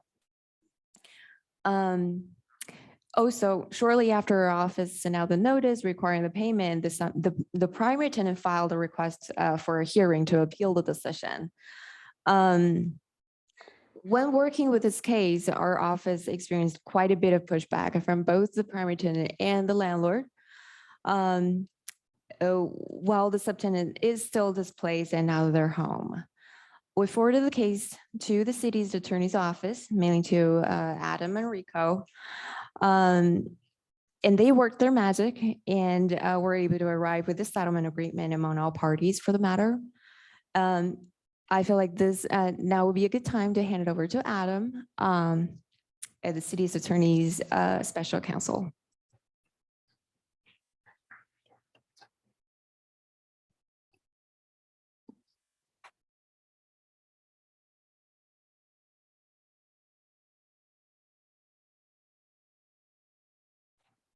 Well, it really is great to see so many of you out here today. And in all the years I've been doing this, the most important thing by far we see in the community is people coming together to get information, to be on the same page, and to share information. So we really appreciate you being here today.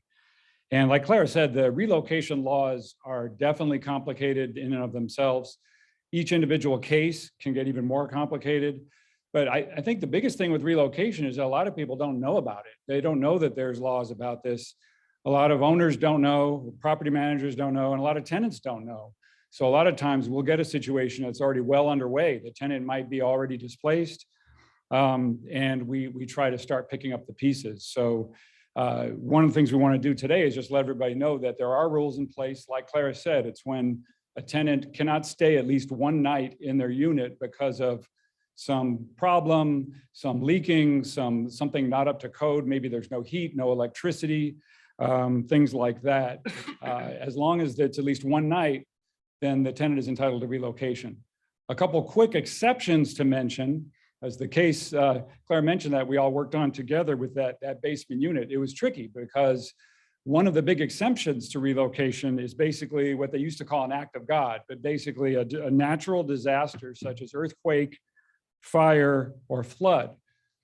But it gets tricky because a lot of displacements are not necessarily because of the flood.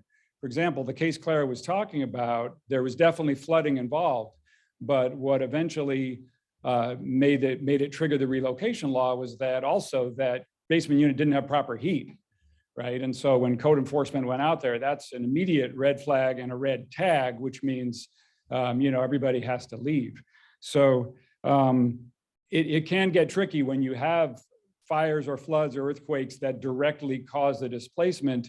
Then it gets much more complicated. And there are things like FEMA, the federal agency that can do emergency help sometimes, and so forth. Another thing that we need to mention is if a tenant causes a problem, let's say a tenant's own fault, maybe they broke something in the unit, they I don't know, broke the water heater or something like that, and it was clearly their fault.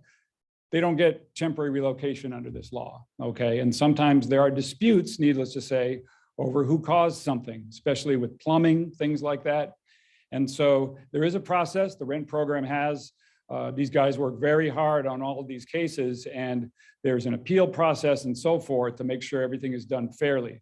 But for the most part, in the vast majority of cases, I would say there's not one of these exceptions.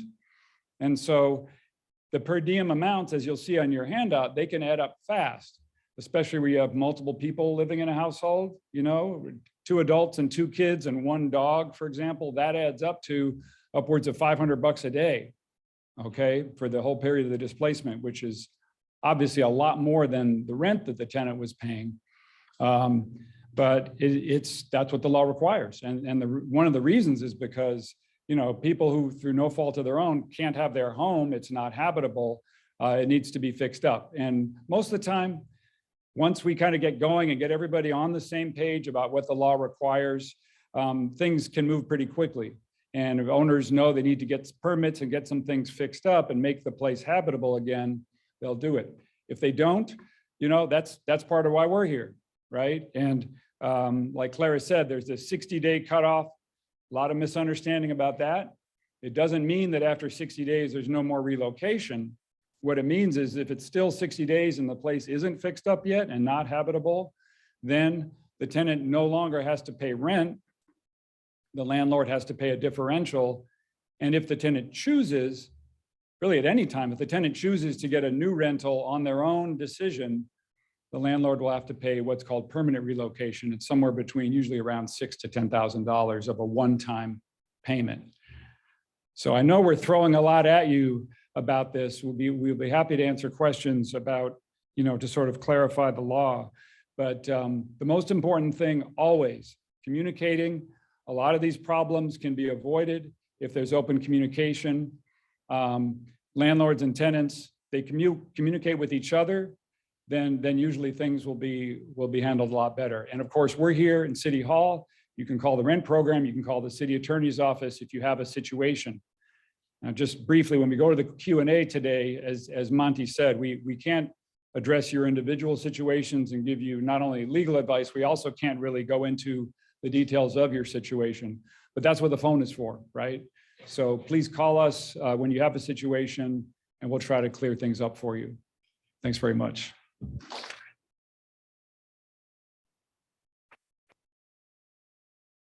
Thanks, Adam. Thanks, Claire. Our last speaker is Bill Chapin. Bill is the director of the Alameda City of Alameda's rent program. And he'll be speaking about the rent program. Bill previously worked as a management analyst at the city's housing authority. He has been a key player in administering the Alameda rent program's many services to local landlords and tenants for the last 4 years. So thank you, Bill.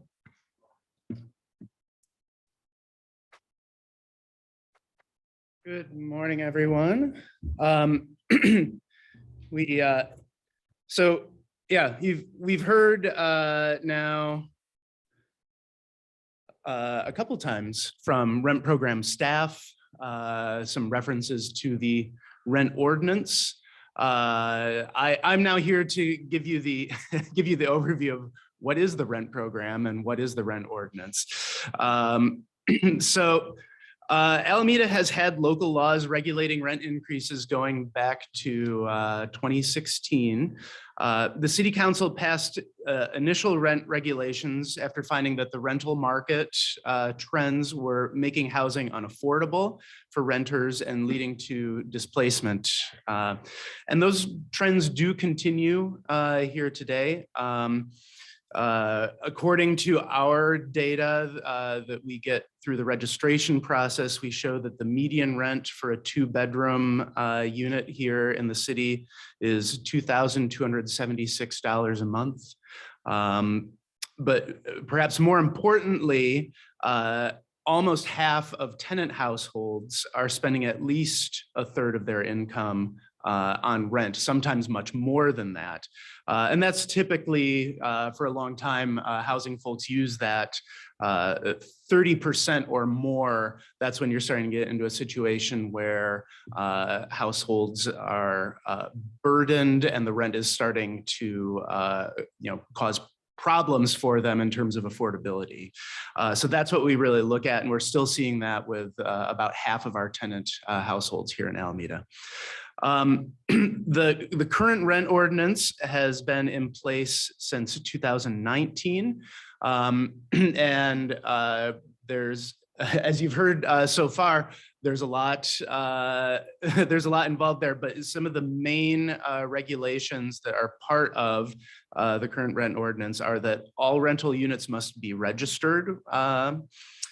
Unless a unit is exempted from rent control under state law, then rent increases are restricted to once annually and subject to that annual general adjustment cap that Ryan talked a little bit about, that's set at 70% of the change in the consumer's price index. The rent ordinance sets procedures for petitions for rent adjustments that are heard by hearing officers. As we've heard a little bit about today, there are requirements to make relocation payments to tenants when they have to vacate a unit through no fault of their own. We heard some more about the temporary relocation payments, but there are also permanent relocation payments owed for when a landlord terminates a tenancy for a no fault cause, such as owner move-in, or because they want to withdraw the entire property from the rental market. The rent ordinance also allows for buyout agreements between the landlord and the tenant. The terms of that agreement, in terms of a vacate date, in terms of a payment amount, those are up to the landlord and the tenant to come to an agreement. It's what they're able to agree on.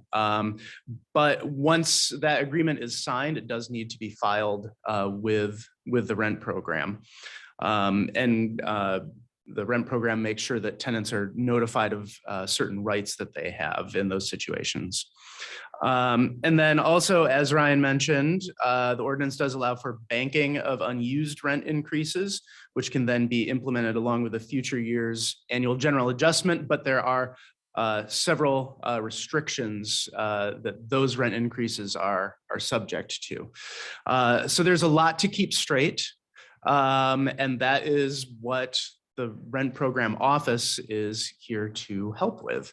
Administering all these regulations is the responsibility of what we call the City of Alameda's rent program.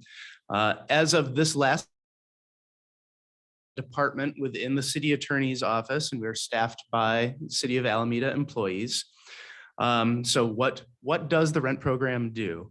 I would say primarily and firstly, we respond to inquiries from landlords and tenants. Our staff is currently responding to an average of about 570 calls, emails, and submissions every month. We are there to help landlords and tenants understand what is admittedly an often complex set of regulations. You can call our office 24/7, and most of the time somebody will answer the phone. If it's a unusually busy time of day and all of the rent program staff are already on the phone with someone, it might go through to voicemail, but somebody will get back to you in short order, promptly. And even if you're calling after our business hours, we do have an answering service that will take down your information so that the rent program staff is able to get back to you the next working day or shortly thereafter. We educate landlords and tenants on their rights and responsibilities. There are workshops that we do twice a month, in person and online, that go into detail about all the aspects of the rent ordinance. There are a ton of materials up on our website. We also have print materials. If you didn't get a copy of our program brochure, make sure you pick up one of those. And we're hopefully now getting back into doing more community outreach at community events and festivals and just putting our name out there. We do also provide resources. So all of our program forms are available online. We also have printed out copies available at City Hall West, which is out. If you're not familiar, there's a City Hall West. It's out at the old base, and the location. Again, you can check the program brochure for more information on that. Staff is able to provide information on legal service providers, financial assistance, social services in those circumstances where it's something that's maybe not directly related to the rent ordinance, but there's still, a tenant or a landlord has an issue. A lot of times we can help direct people to other resources, other options that might be available to them, especially and including the wonderful mediation program that our partners in the public rights unit provide. But if you call our office, oftentimes we'll be able to say, this is something that the rent program can handle directly, or this is something that may be more of a mediation issue, and you might want to talk to Rico. And finally, and I did save this for last because we look at it as our last resort. We ensure compliance with the rent ordinance. So we investigate tenant complaints. We will review notices that tenants have received. When there's a violation, we help landlords through that process. We explain what the issue is and what they need to do in order to come into compliance. We provide annual mailings that give the maximum allowable rent for all registered units that are subject to rent control. And when there is a serious case where a tenant's rights have been violated, again, we work in collaboration with the prosecution and public rights unit to make sure that that's addressed. So what we don't do, we don't provide legal advice. We don't tell you what you should or shouldn't do. We don't advocate for one party or the other. We can't enforce or advise on state law, although we can provide some resources that might provide the information that you need, that you're looking for when it comes to state law. And our office, we can't make changes to the rent ordinance. If you have an issue with the language of the ordinance itself, that is addressed through the political process, and you'd want to make your views known to your elected representatives. So get in touch with us when you have a question about what the rent ordinance says, whether you're a landlord or a tenant. If you're not sure, if you're a tenant and you're not sure if what your landlord is doing is okay, if you're a landlord and you're wondering if it's okay for you to do something, please, please, please call us. That's like, if there's one main takeaway from this, we just encourage people to reach out to our office. It's what we're here for, is to explain what the rules are and what our processes are. So if you have any uncertainty or questions, just reach out to us by phone or email, and the contact information is in that brochure. Specifically, if you are a tenant and you receive a notice from your landlord where you think your rent is increasing by more than the annual general adjustment, if you've ever gotten a rent increase of more than 6.5% at this point, contact our office. If it's a fully regulated unit that's subject to rent control, I should add that. And if there are any rent increases during the moratorium, reach out to our office. And if you ever get a notice from your landlord telling you that you have to move out because your lease is up or because the landlord is selling the property, contact our office. If you are a landlord who has a property that has not yet been registered with the rent program, please call our office. We will help you through the process of coming into compliance and making sure that you are up to date and able to implement rent increases. Because if a property is not registered, if the program fees are not paid, you're not eligible to implement a rent increase. If you want to petition for a rent adjustment, if you are a tenant who has experienced a decrease in housing services, things that used to be included with your rent are no longer included, or there's been a substantial deterioration of the property, you can petition for a rent reduction, and our staff can explain what that process is and what those hearings look like. If you're a landlord and your expenses have gone up such that your net operating income isn't keeping pace with inflation anymore, you can petition for an increase to make sure you receive a fair return. And likewise, give us a call and staff will talk you through what you need to file and what the hearing process looks like. Again, there's tons of information on our website. We have FAQs, all of our forms are available there, access to the rent registry and a user guide for some typical actions that people need to do with the registry. You can sign up for our workshops, which go into this in more detail. And there are links to resources, and then there's news and an email newsletter sign up. All that's on our website. So thank you. And I think with that, we can move on to Q&A.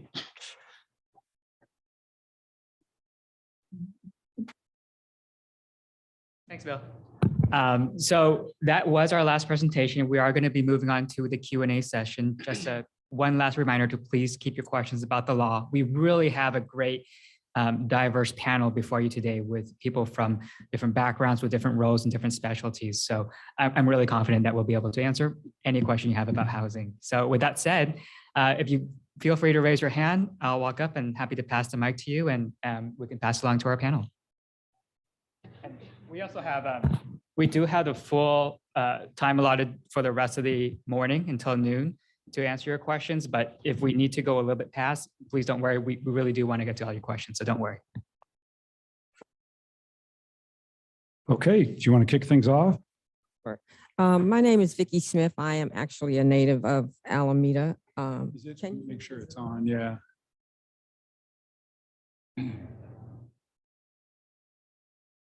Hello? Hello? I think you just Okay, can you hear me now? Okay, my name is Vicki Smith. I'm actually a native of Alameda. One comment first is on the page where everybody lists their organization and everything. I would have liked to have some phone numbers because a lot of people, especially older people, don't have computers, don't have emails and everything. It would have been nice to have some phone numbers here. That's just a comment.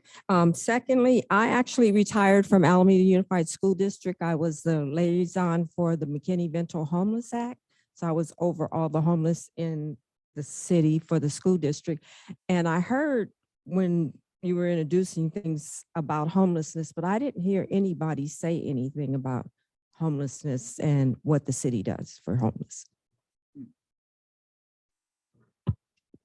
That's a very good question about what's the city doing on the subject of homelessness. Eben, is there any short answer to that? And I don't know if maybe some folks at the rent program, I don't think that's under their purview. Do you want to maybe address that? Put you on the spot? I'm happy to very briefly address that. I'll start by saying that the city is very excited to open Dignity Village, the grand opening for Dignity Village, which is 48 units of transitional housing will be open very soon. I think the grand opening is next week. Please don't quote me if I'm wrong, but I truly hope that you will attend the grand opening and get information about Dignity Village and the services that it will provide. It's not just transitional housing. It'll also have service providers there and wraparound services. The city also has a number of other services that are provided to address homelessness. And in partnership with the Housing Authority is opening a number of below market rate units to essentially take people from transitional housing and look for permanent housing. These are programs that are not part of the rent program. And I encourage you to both inquire with the Community Development Department for the city of Alameda and with the Housing Authority.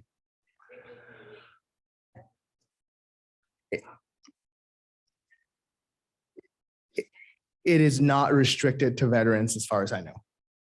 Thank you. Questions over here? Well, actually, if you don't mind, it's just for the folks on Zoom. Yeah. My question is regarding permanent relocation for owners. Does that extend to family? So you're asking permanent relocation for owners? I'm not sure Sorry, if I'll- permanent relocation because of owner moving. Okay. Does that extend to immediate family? You mean the owner's immediate family? Yes. Yes, any type of tenant, ending a tenant's tenancy because of something like owner move-in, going out of the business, or as Clara said, in some of the temporary situations can become permanent. Yeah, it doesn't matter the precise, whether it's the owner themselves or a family member, as long as the tenant has a no fault reason for being evicted, they're entitled to that payment. So, and Adam, if I can add on to that. So the rent ordinance to use the grounds of owner move-in in order to terminate a tenancy, you can do it for moving a family member in, and the rent ordinance lists specific close family members that qualify for that. So that information, which specific relatives qualify for owner move-in, that information is available on the rent program's website.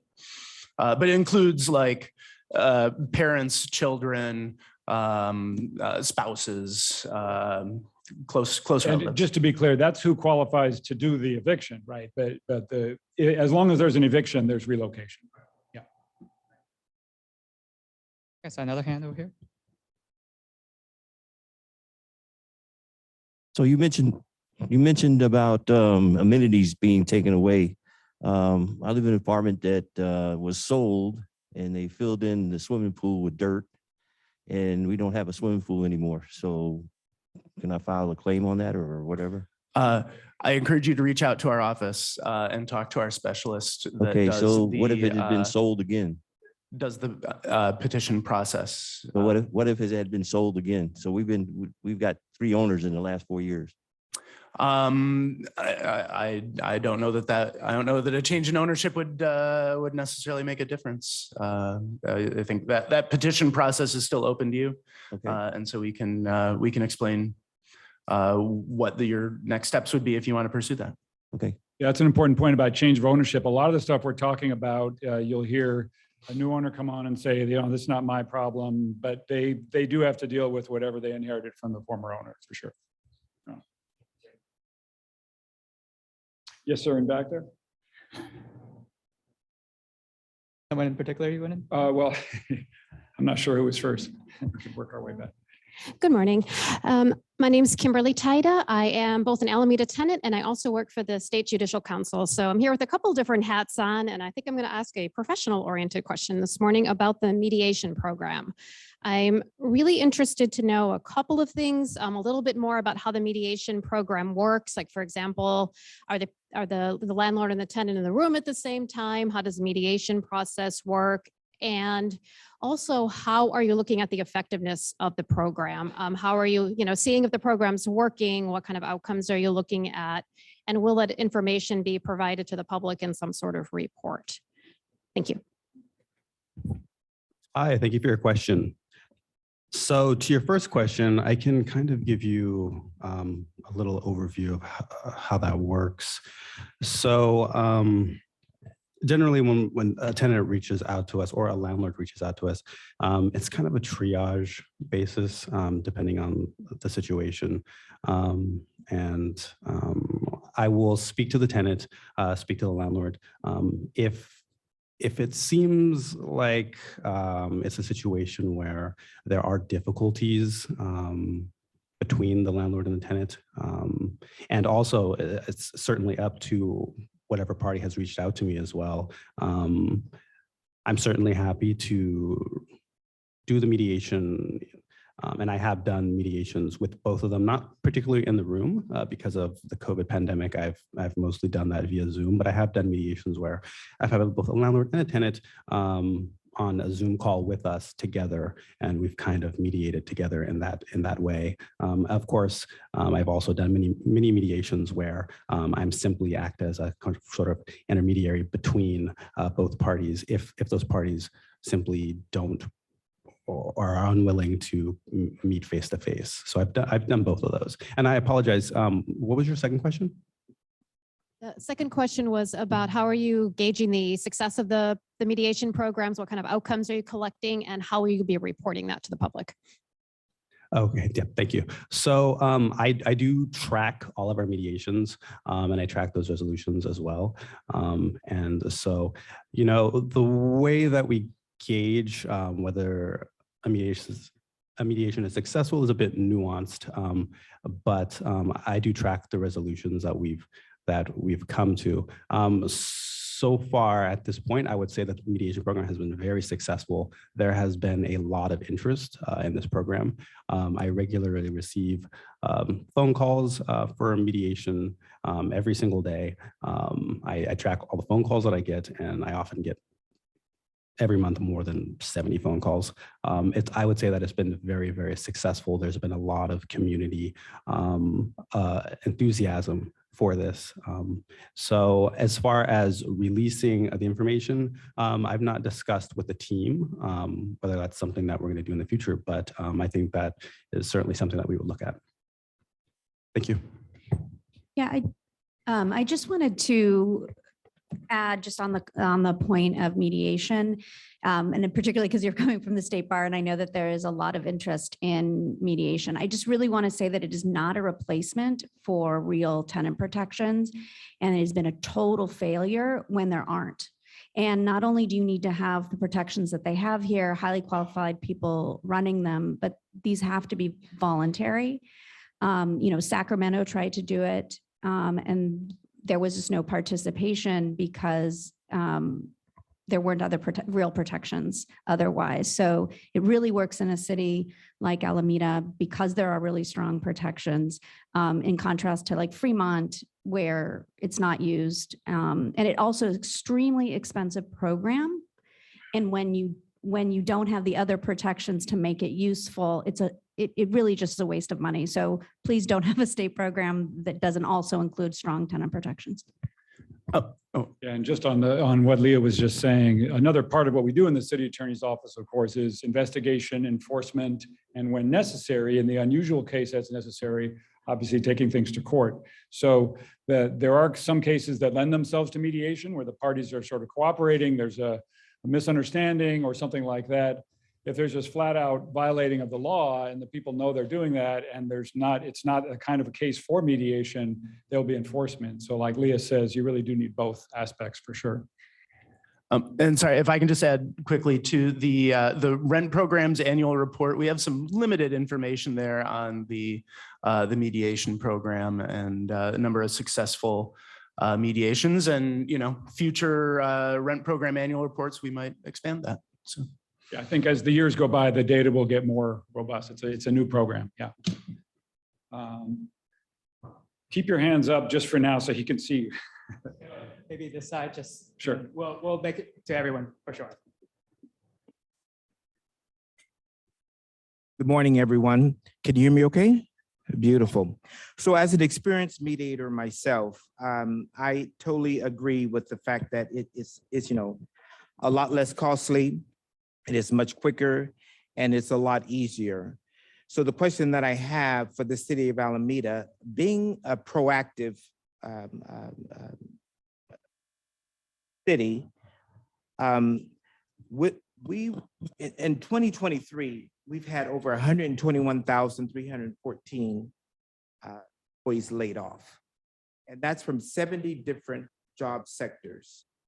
And that has had a big impact on the city of Alameda, simply because San Francisco had a lot of IT industry individuals that moved to this side of the Bay. And they went to Oakland thinking that it's a lot cheaper, and Oakland went through this reconstruction of new condos, et cetera. And I am sensing that Alameda is trying to find suit with trying to better and give the city a better look. So the question that I have is, since we've lost over 500,000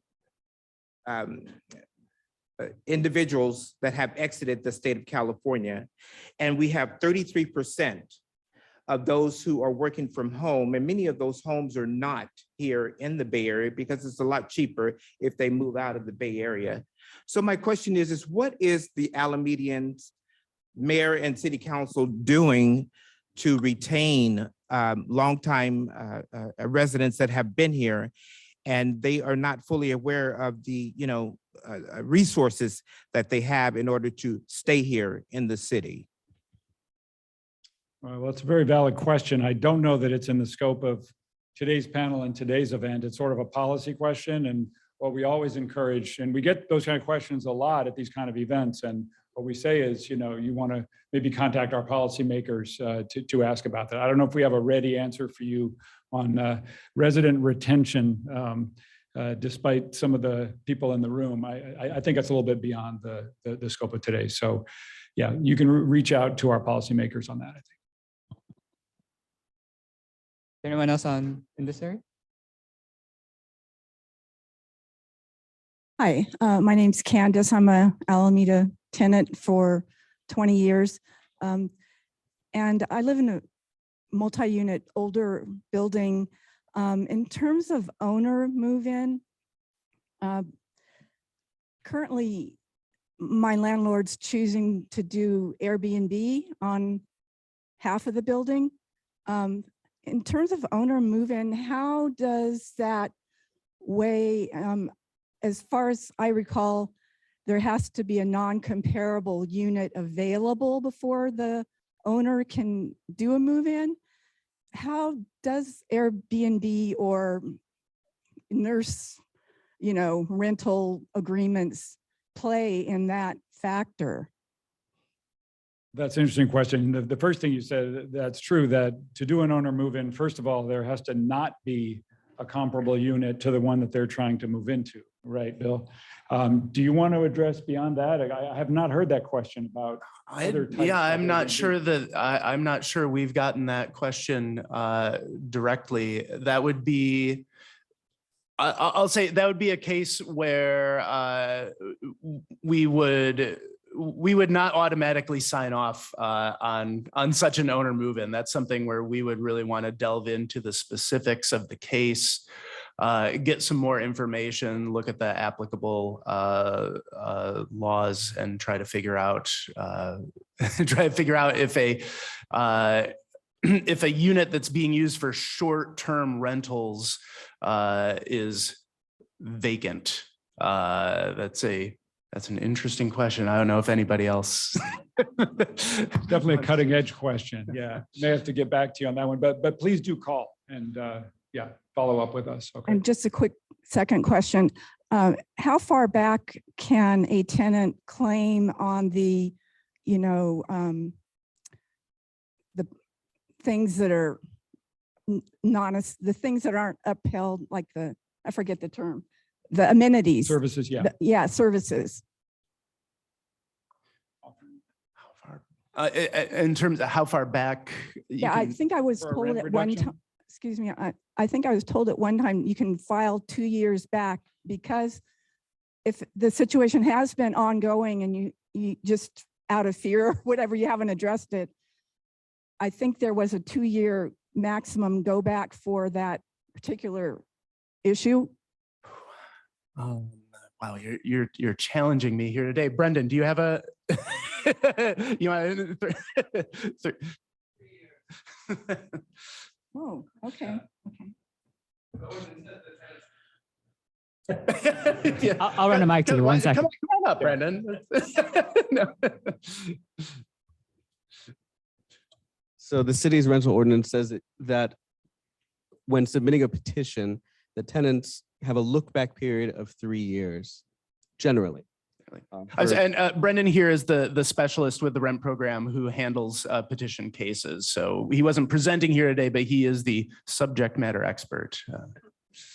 Yeah, but that's generally, right? And so we don't get into specifics, right? Everything would depend on the information that's contained in a petition, but the ordinance says 3 years. Anyone else have a question? Maybe All right, maybe go to somebody else, yeah, just to. let someone else have an opportunity If you first. don't. Got a lot of people. I had a question on the end of the eviction moratorium. Thank you, Leah, for your presentation. And my understanding that the county is winding down this month, and you had mentioned August 2023 as kind of a timeline. I believe that the county law also includes a period of 12 months, which allows tenants to cure any default in rent before they would become responsible for any claim. So I was kind of curious where that date, August 2023, came. And Yeah, so it's one of these situations where essentially state law, you have to follow state law, even though you pass something at the local level that may be inconsistent with it. And if we could pass in any of our communities a law that says, never, ever, ever. But the state has said those programs can only go through August 1st. So no matter what happens, August 1st is the last time, the last month.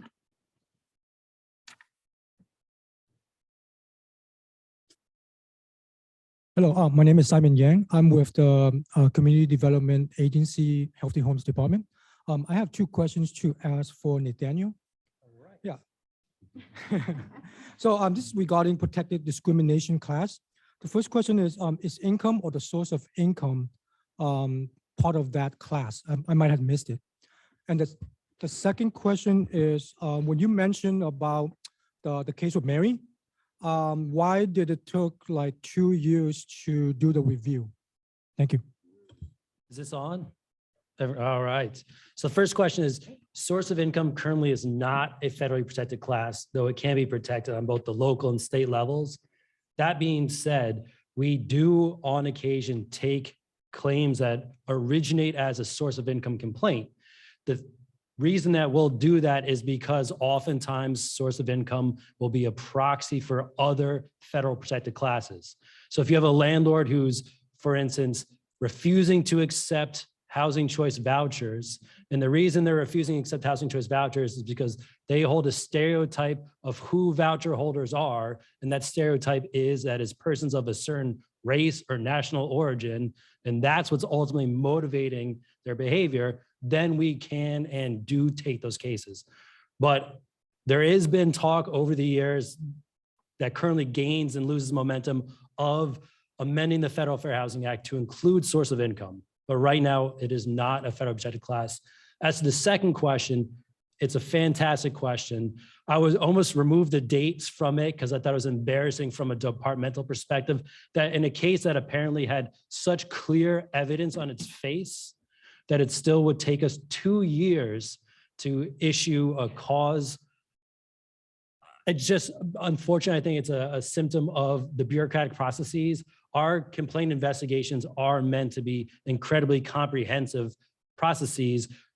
While we set out to adjudicate as many complaints as possible within a 100-day time frame, that's not always realistic. And so if you have non-cooperative parties, or if you have involved data analysis or other things that extend the data that, and throughout, we're attempting to negotiate a settlement that doesn't require us to issue a charge of discrimination, which is going to further delay the process. We have all these moving pieces that really end up, unfortunately, putting us in a situation where sometimes a case, even as straightforward as this, does take 2 years to reach a conclusion. Yeah, I just want to add that the state of California does prohibit voucher discrimination, and Nathaniel's counterpart organization, the California Civil Rights Department, which used to be called DFEH, they are taking complaints for any type of discrimination against someone because they get a rental subsidy, and they will investigate, and they've actually just started filing lawsuits in those cases as well. And source of income is also protected by the city's local fair housing. Exactly. And that source of income discrimination is a big deal, because for a lot of people, that voucher, that Section 8 voucher, is the difference between, having a place and being homeless. So that discrimination, and we have already brought cases in the city attorney's office and investigated cases for that kind of discrimination. So.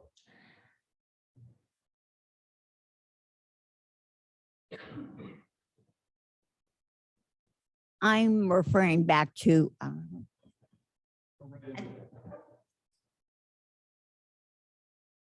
you had made mention of how to contact people, like individuals that don't have computers, or the elderly that, they don't need it. Exactly.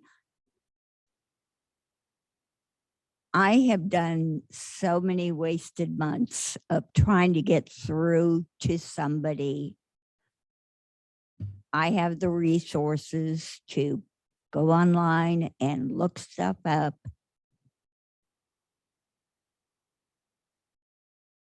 I'm in a very serious fire hazard situation. Too long to explain. What about getting a phone call back? I've done online, voicemail, telephone calls. I'm reasonable. I'm old, but I'm well-rounded. Okay. You don't have to be reasonable. Okay. We appreciate that. So what I'm hearing you say is that you have a serious fire hazard where you live. Is that right? Yes. And you've been trying to reach people and no one's called you back. Hit and miss. Okay. I appreciate that. And I'm glad that you're here today. So there are city departments that can look into this. What I would say to everybody, and actually it bears mention, is that sometimes it's helpful to have one point of contact where you have a housing issue that you want addressed. I would say, and two of the people are right here up on the dais. One is Rico Phoenix of the city attorney's office. Our office fields questions from the public about a million different things. And a lot of what we do is directing them to the right agency, maybe giving a call or a heads up to another city department.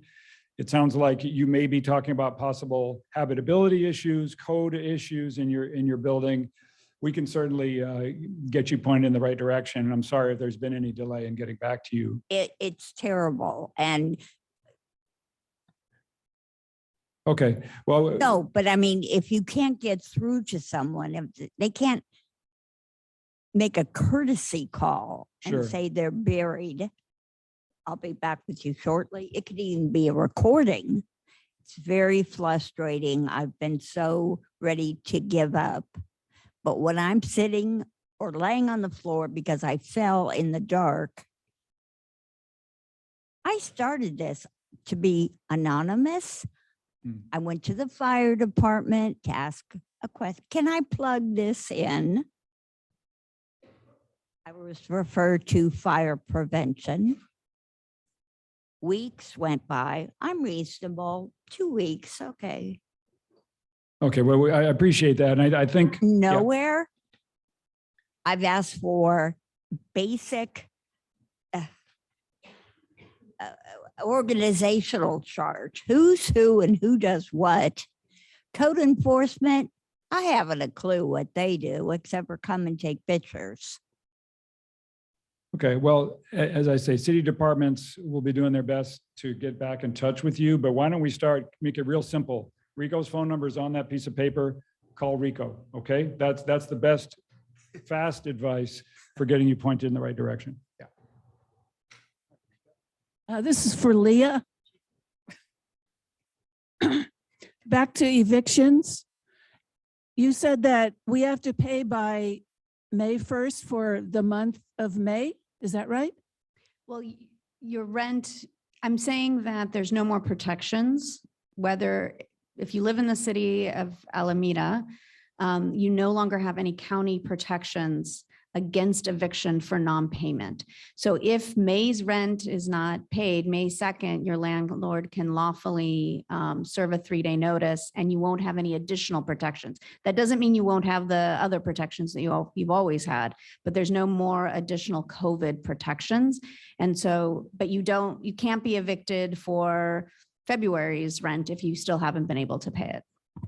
They can only serve a 3-day notice for May's rent to at least to be able to do an eviction at Alameda Courthouse. Not back rent. You cannot be evicted for back rent in the county of Alameda. Until August 1st. Nope, you can never be evicted for the rent that came due during the pandemic period. But you can be sued for that rent. And you can be garnished, your wages can be garnished and other things like that, starting August 1st. But you cannot be evicted for that, the rent that accrued from March 2020 through May, or actually through April 2023. And there's no, the 5-day grace period, that doesn't exist. It has to be exactly by May 1st. Right. No, so let me just clarify. So if, people have leases that say different things, there are some people's rents who they don't have to pay until the 15th of every month. What I'm saying is that there were certain protections during the pandemic that prevented landlords from serving 3-day notices let's say it's not that they prevented from serving the 3-day notices, tenants had defenses. For rent that becomes due May 1st, there will no longer be defenses that arise out of COVID protections. So if your rent is not due until the 15th, it continues to not be due till the 15th. And if a landlord serves a notice before it becomes due, all of those defenses that existed before continue to exist. The COVID protections are gone as of May. So in other words, you better pay by May 1st. That's what yes, that I think is the message, that if you are a tenant who has been struggling, do everything you can to pay May's rent, because there are no more additional protections. And, and that the debt that you may still be carrying is different and you cannot be evicted for it. So essentially it's just consumer debt. Just like you can't be put in jail for not paying a credit card bill, you cannot be evicted for that time period. So there are just certain things, people who are owed debt, things they cannot do. And I think the messaging is you do everything you can to pay May's rent so you can stay in your unit. For folks who are still struggling. If you're not struggling, you should be paying your rent already. Thank you. And also for Bill Chapin, I applied over a year ago to have the rent lowered, and in the meantime, it's been raised. So do I have,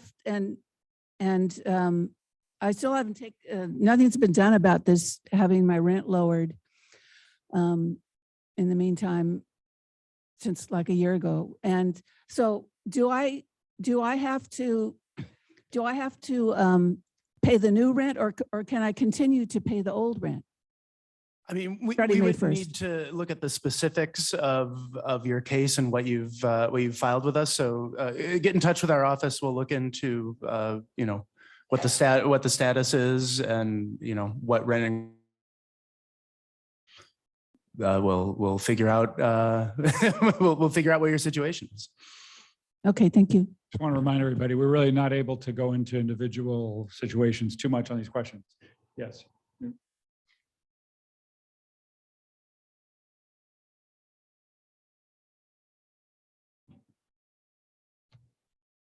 Hi, my name is Tamika Bowman, and I had a couple of questions I was hoping y'all could answer for me. It would be really, really helpful. So first, on the subject of mediation, I was just wondering, like, because I think it's really cool that this exists. I'm learning so much in this. I'm really excited that this exists and I'm here. And I can understand from like different buildings that I've lived in, when you have a smaller landlord, how a mediation kind of process could be really, really helpful. But I kind of get nervous when I'm thinking about if you're in a big complex that has, you know, that you feel has backing and has people who are well-versed in these kind of things.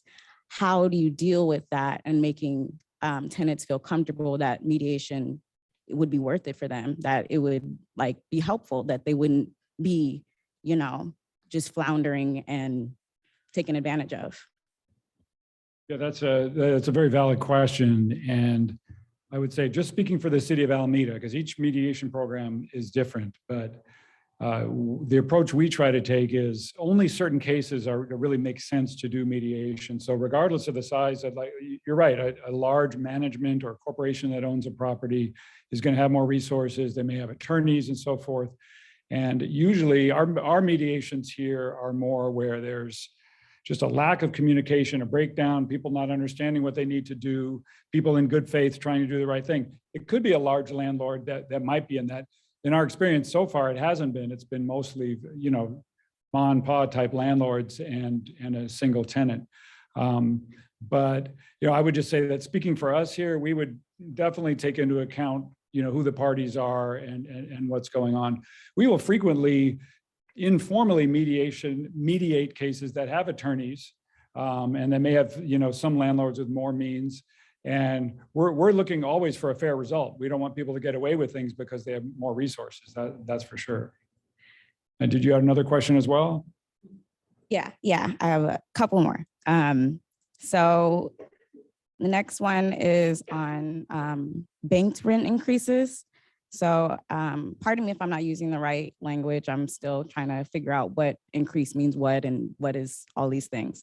But I think for the banked increases, so I understand that there's the regular every year AGA, and then you can do up to the 3 extra percent.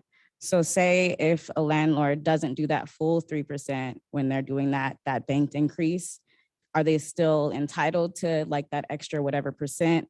Not the next year, I don't think that's allowed, but like future years, are they able to just pull that whenever, or how does that work? Yes, the short answer is yes. So there are no banked rent increases in consecutive years.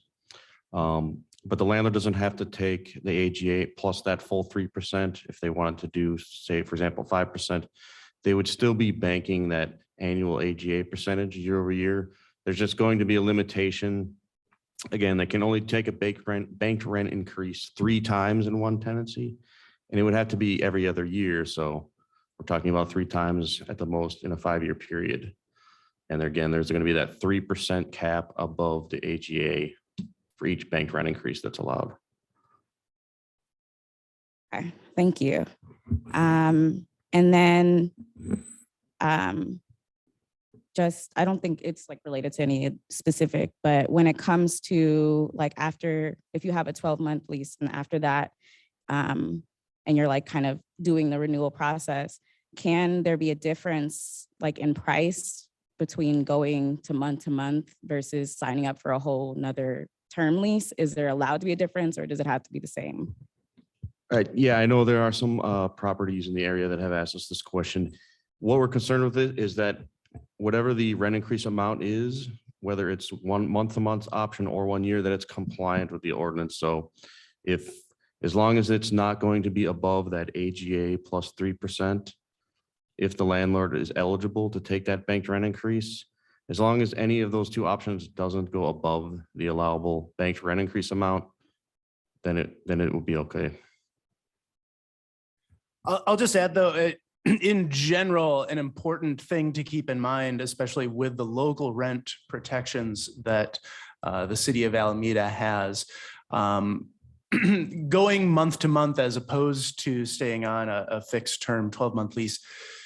If you're on month to month, you still, your tenancy can't be terminated except for the grounds that are allowed in the rent ordinance. And that does not include the expiration of the terms of the lease. It has to be something like owner move-in or withdrawing the unit from the rental market. The fact that your lease is up doesn't mean that you have to move out. And then, yeah, regardless, those requirements about for those fully regulated units, they're subject to rent control. Regardless of whether you're fixed term or on month to month, you still can only do one rent increase every 12 months. So the local protections eliminate some of those distinctions between a fixed term lease and a month to month rental agreement. I think there's one right behind you, Monty, there. Sorry, I just have one more. Oh, okay. Thank you. One more quick one. Yes. And the reason I have all these questions that as I'm currently a South Shore tenant and we're one of the unit or the huge building that's, facing this capital improvement plan. So I think we really are hungry to understand, right? And my last question is around the CIP program or how it impacts the rent increases in the time period. So if someone has a term or like they're on a term, like a 12-month lease or whatever lease, is like as a CIP, can that be applied while that lease is still happening, or does it have to happen after that lease is up? I can field this, I think. We're aware of and working on this pending capital improvement plan application for the South Shore apartments. It's something that we've been working on for a while. We are finally approaching, as tenants, I know you've been waiting for some finality and some answers. We are finally approaching that. I believe this is going to be the first public announcement about this, but we are going to be scheduling a community meeting specifically for tenants, South Shore Apartments, on May 1st to go over these exact types of questions, to go over what the determination is going to be, to talk about what to expect and what next steps are. So we'll be reaching out. We'll be reaching out to you, but I can say that the current plan is to have that meeting here in the City Council chambers in the evening of May 1st. We haven't set an exact start time yet, but we will be reaching out about that in the next few days. So thank you so much. I really, really appreciate it. Is there anyone else who hasn't asked a question yet? And then we'll go back to others. Councilmember, do you have a question? I'm on city council. I just want to disclose that, but regardless, and I appreciate the last question in regards to the CIP. But now we have a panel here, and I'm wondering if, for a legal opinion, right? That's what we can ask. Is it can a city have a different CIP policy for a big multinational company versus quote unquote mom and pop? And what is a definition of a mom and pop? Thanks.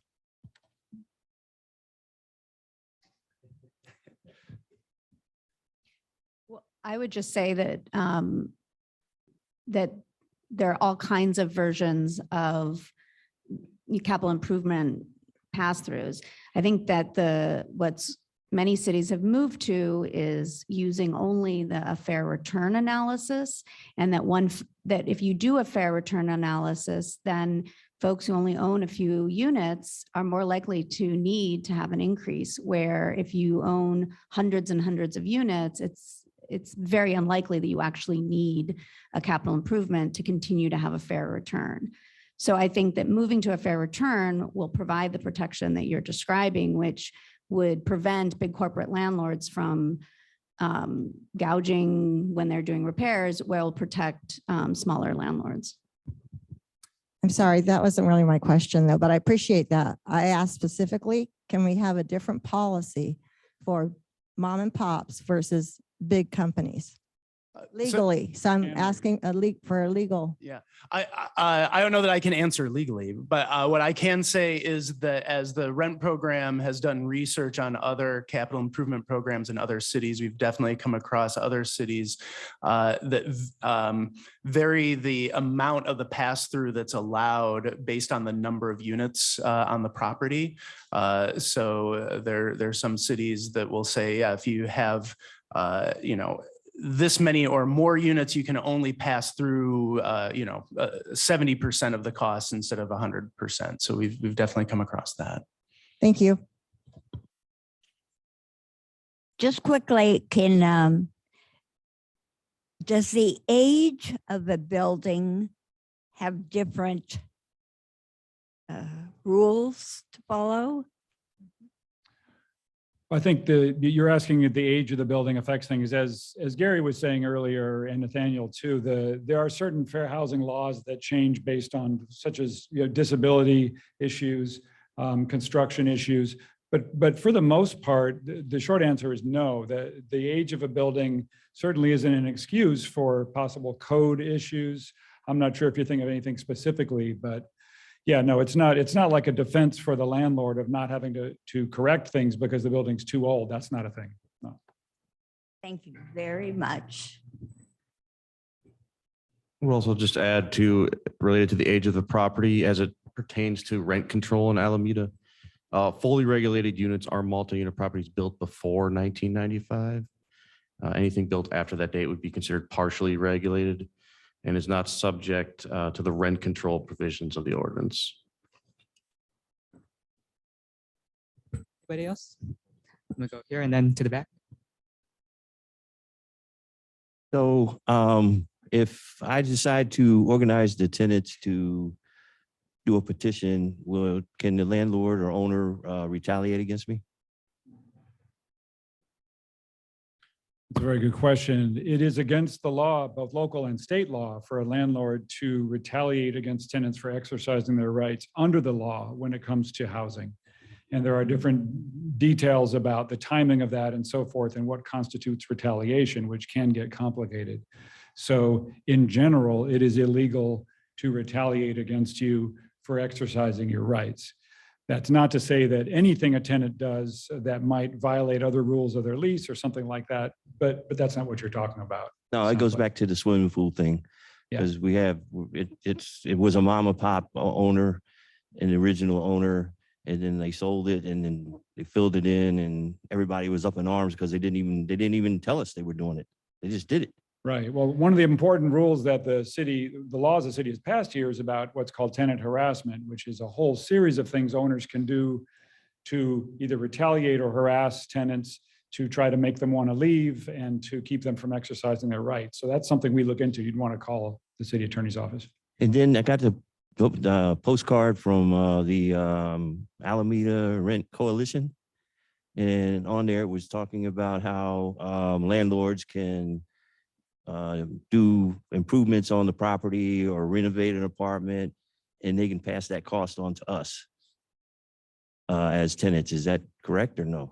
Well, that's what some of these last couple of questions have been about, capital improvements. I think in general, the answer is when there are major capital improvements to a property, they often can pass those costs along, but there are restrictions like we've been discussing. You want to say more? So the city has had a capital improvement policy in place since pretty much the beginning of rent regulations in the city back to 2016. That policy continues to be in place. It's legislation that was passed. And so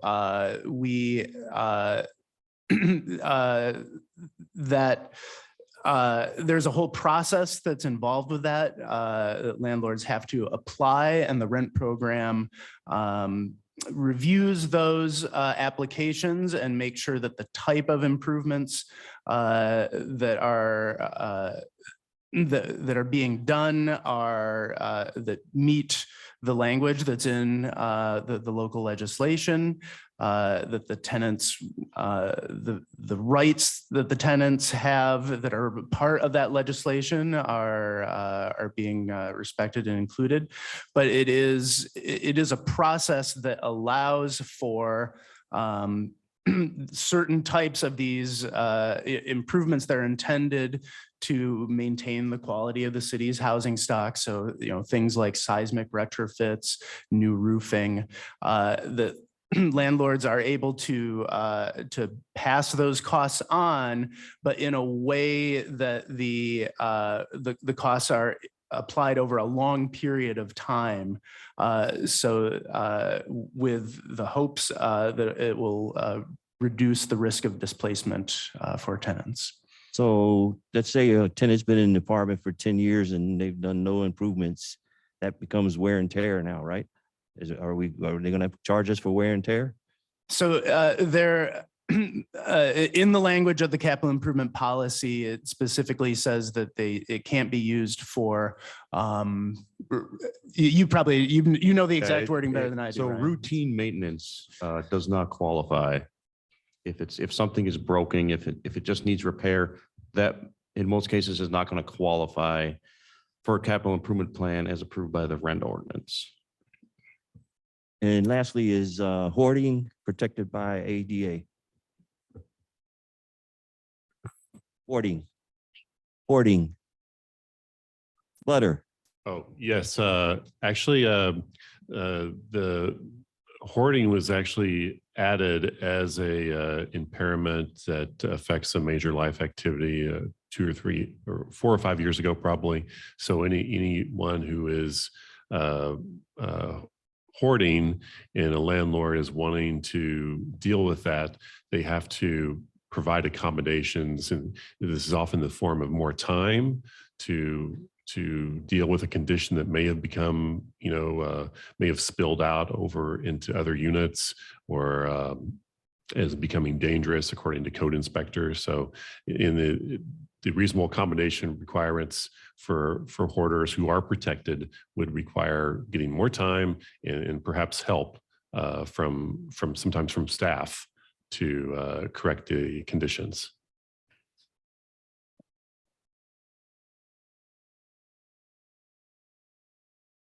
And by the way, that's a fair housing law, not the ADA. That's the trick rule.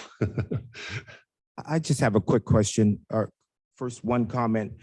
City Attorney Shin, we look forward to meeting you. Thank you very much for your time to come out and speak to us we will come and speak to you regarding a South Shore apartment. So thank you very much.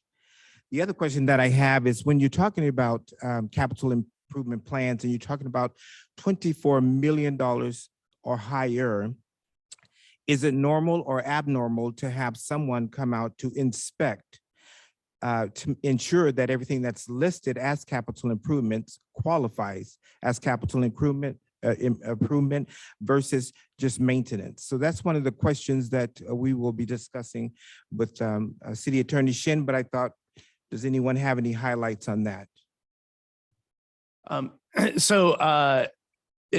Abnormal or typical, we've never had a $24 million application for capital improvements under the policy since it started in 2016. So difficult to say, but what there is an appeals process, and we'll be going over what that looks like, but is the opportunity for tenants to dispute whether certain capital improvements are applicable to their, to their unit. And then that is heard by an independent hearing officer. I'll also just mention, often some of the feedback we've gotten, not just from South Shore tenants, but this does come up often, is that there'll be complaints about other that are separate from any seismic retrofitting work that was done. They'll say, well, there are these other problems on the property. There's this leak over here, this elevator doesn't work. Those are all absolutely valid complaints, but it's different from the capital improvement plan process. And what you're talking about there is more of the rent ordinance's answer to that are these petitions for downward rent adjustments based on reductions in housing services, based on deterioration in the property. And so you want to look at that process to address those issues that are separate from the repairs that were included in the capital improvement program application. I think we have time for, let's say, 2 last questions. Hi, my name is Linda, and I manage a couple small mom and pop units for my elderly mother. And during the storm, we had so many shingles blow off of a roof. And I have some lovely HAP tenants there. And I'm just wondering, does HAP allow you to do a capital improvement also? Does the HAP program allow you to do that, or is it just for regular tenants? So this would be voucher recipients you're asking? Correct. I have voucher tenants in this building. It's just a couple units, and the roof got basically destroyed, and then we're getting a bid for like almost $30,000, which we don't have that kind of money. And I'm just wondering, does the housing authority raise rent based on capital improvements also, or not? Right. We unfortunately we no longer represent the housing authority. But I do know with some previous housing choice voucher experience, there are payment standards that rent reasonableness standards that each housing authority has. And so you might want to speak with someone with the housing authority to ask them, if you do these improvements, can I raise the rent to this much? Would it still be within the payment standards allowed? But again, we don't want to speak for the housing authority. But right, because in general, the way the rent ordinance treats units that have voucher recipients in them is it treats them as these partially regulated units. So they're subject to the just cause termination of tenancy protections. So tenants are still would still receive relocation payments if they're asked to move out through no fault of their own. But the annual general adjustment, the limits on rent increases, it's not subject to those because there's this whole other system that is done through the housing authority. And really the capital improvement plan is really to address these units that have the rent cap limits on them.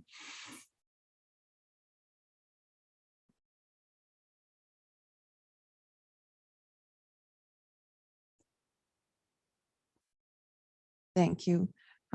Can you hear me? Okay. Oh, okay. Is that better? Good. Okay. I just want to follow up on the earlier question on capital improvements. As I understand it, the rent program doesn't actually look at the work that was done. And if the tenants want to dispute the extent of it or the cost of it, what would they do? I mean, if it's a really major repair like the one at South Shore, are they supposed to get their own inspectors to look at it? Or because basically otherwise the landlord is claiming that certain very extensive repairs were done and there's nothing really to verify that.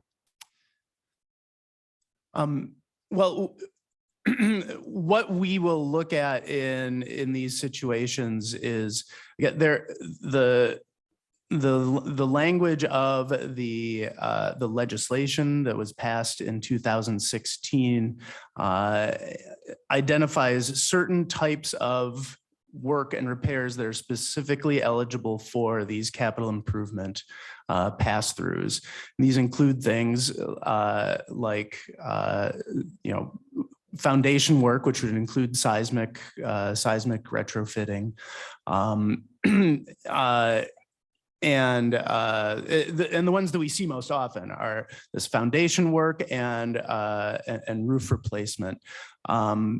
When we evaluate an application, we look to for documentation and evidence that that work was done, which would include, because that all needs to be permitted through the city's permitting process. So we verify that those permits were filed and that they were finalized. But the fact is that type of work is specifically allowed as part of the capital improvement policy to be eligible for this. Now, there may be other, the landlord may try to include other things in the application that aren't included in those specific categories that aren't listed there. Things like landscaping work that's not included in the list of eligible projects, and so therefore, if there are any expenses for landscaping that are in their application, those won't be included in the final amount that's approved. But the fact is, there's indisputable evidence through the permitting process that certain types of work were done, and if that work falls under those categories, they're included in the capital improvement policy. Landlords are eligible to pass that through.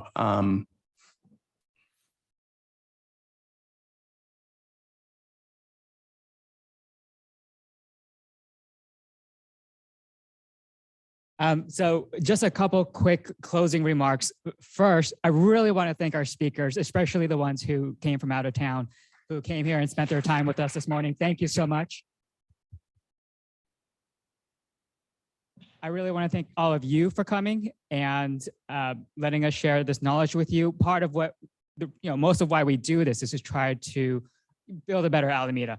And so if there's anything else that you think that we could do better next time, if there are topics that you want to see discussed at next year, if there are certain logistical things you'd like to see change, we'll be emailing out a form that you can provide feedback on. I already know one of the feedback can be, we should provide other forms besides just electronic. We'll have physical next time, I promise.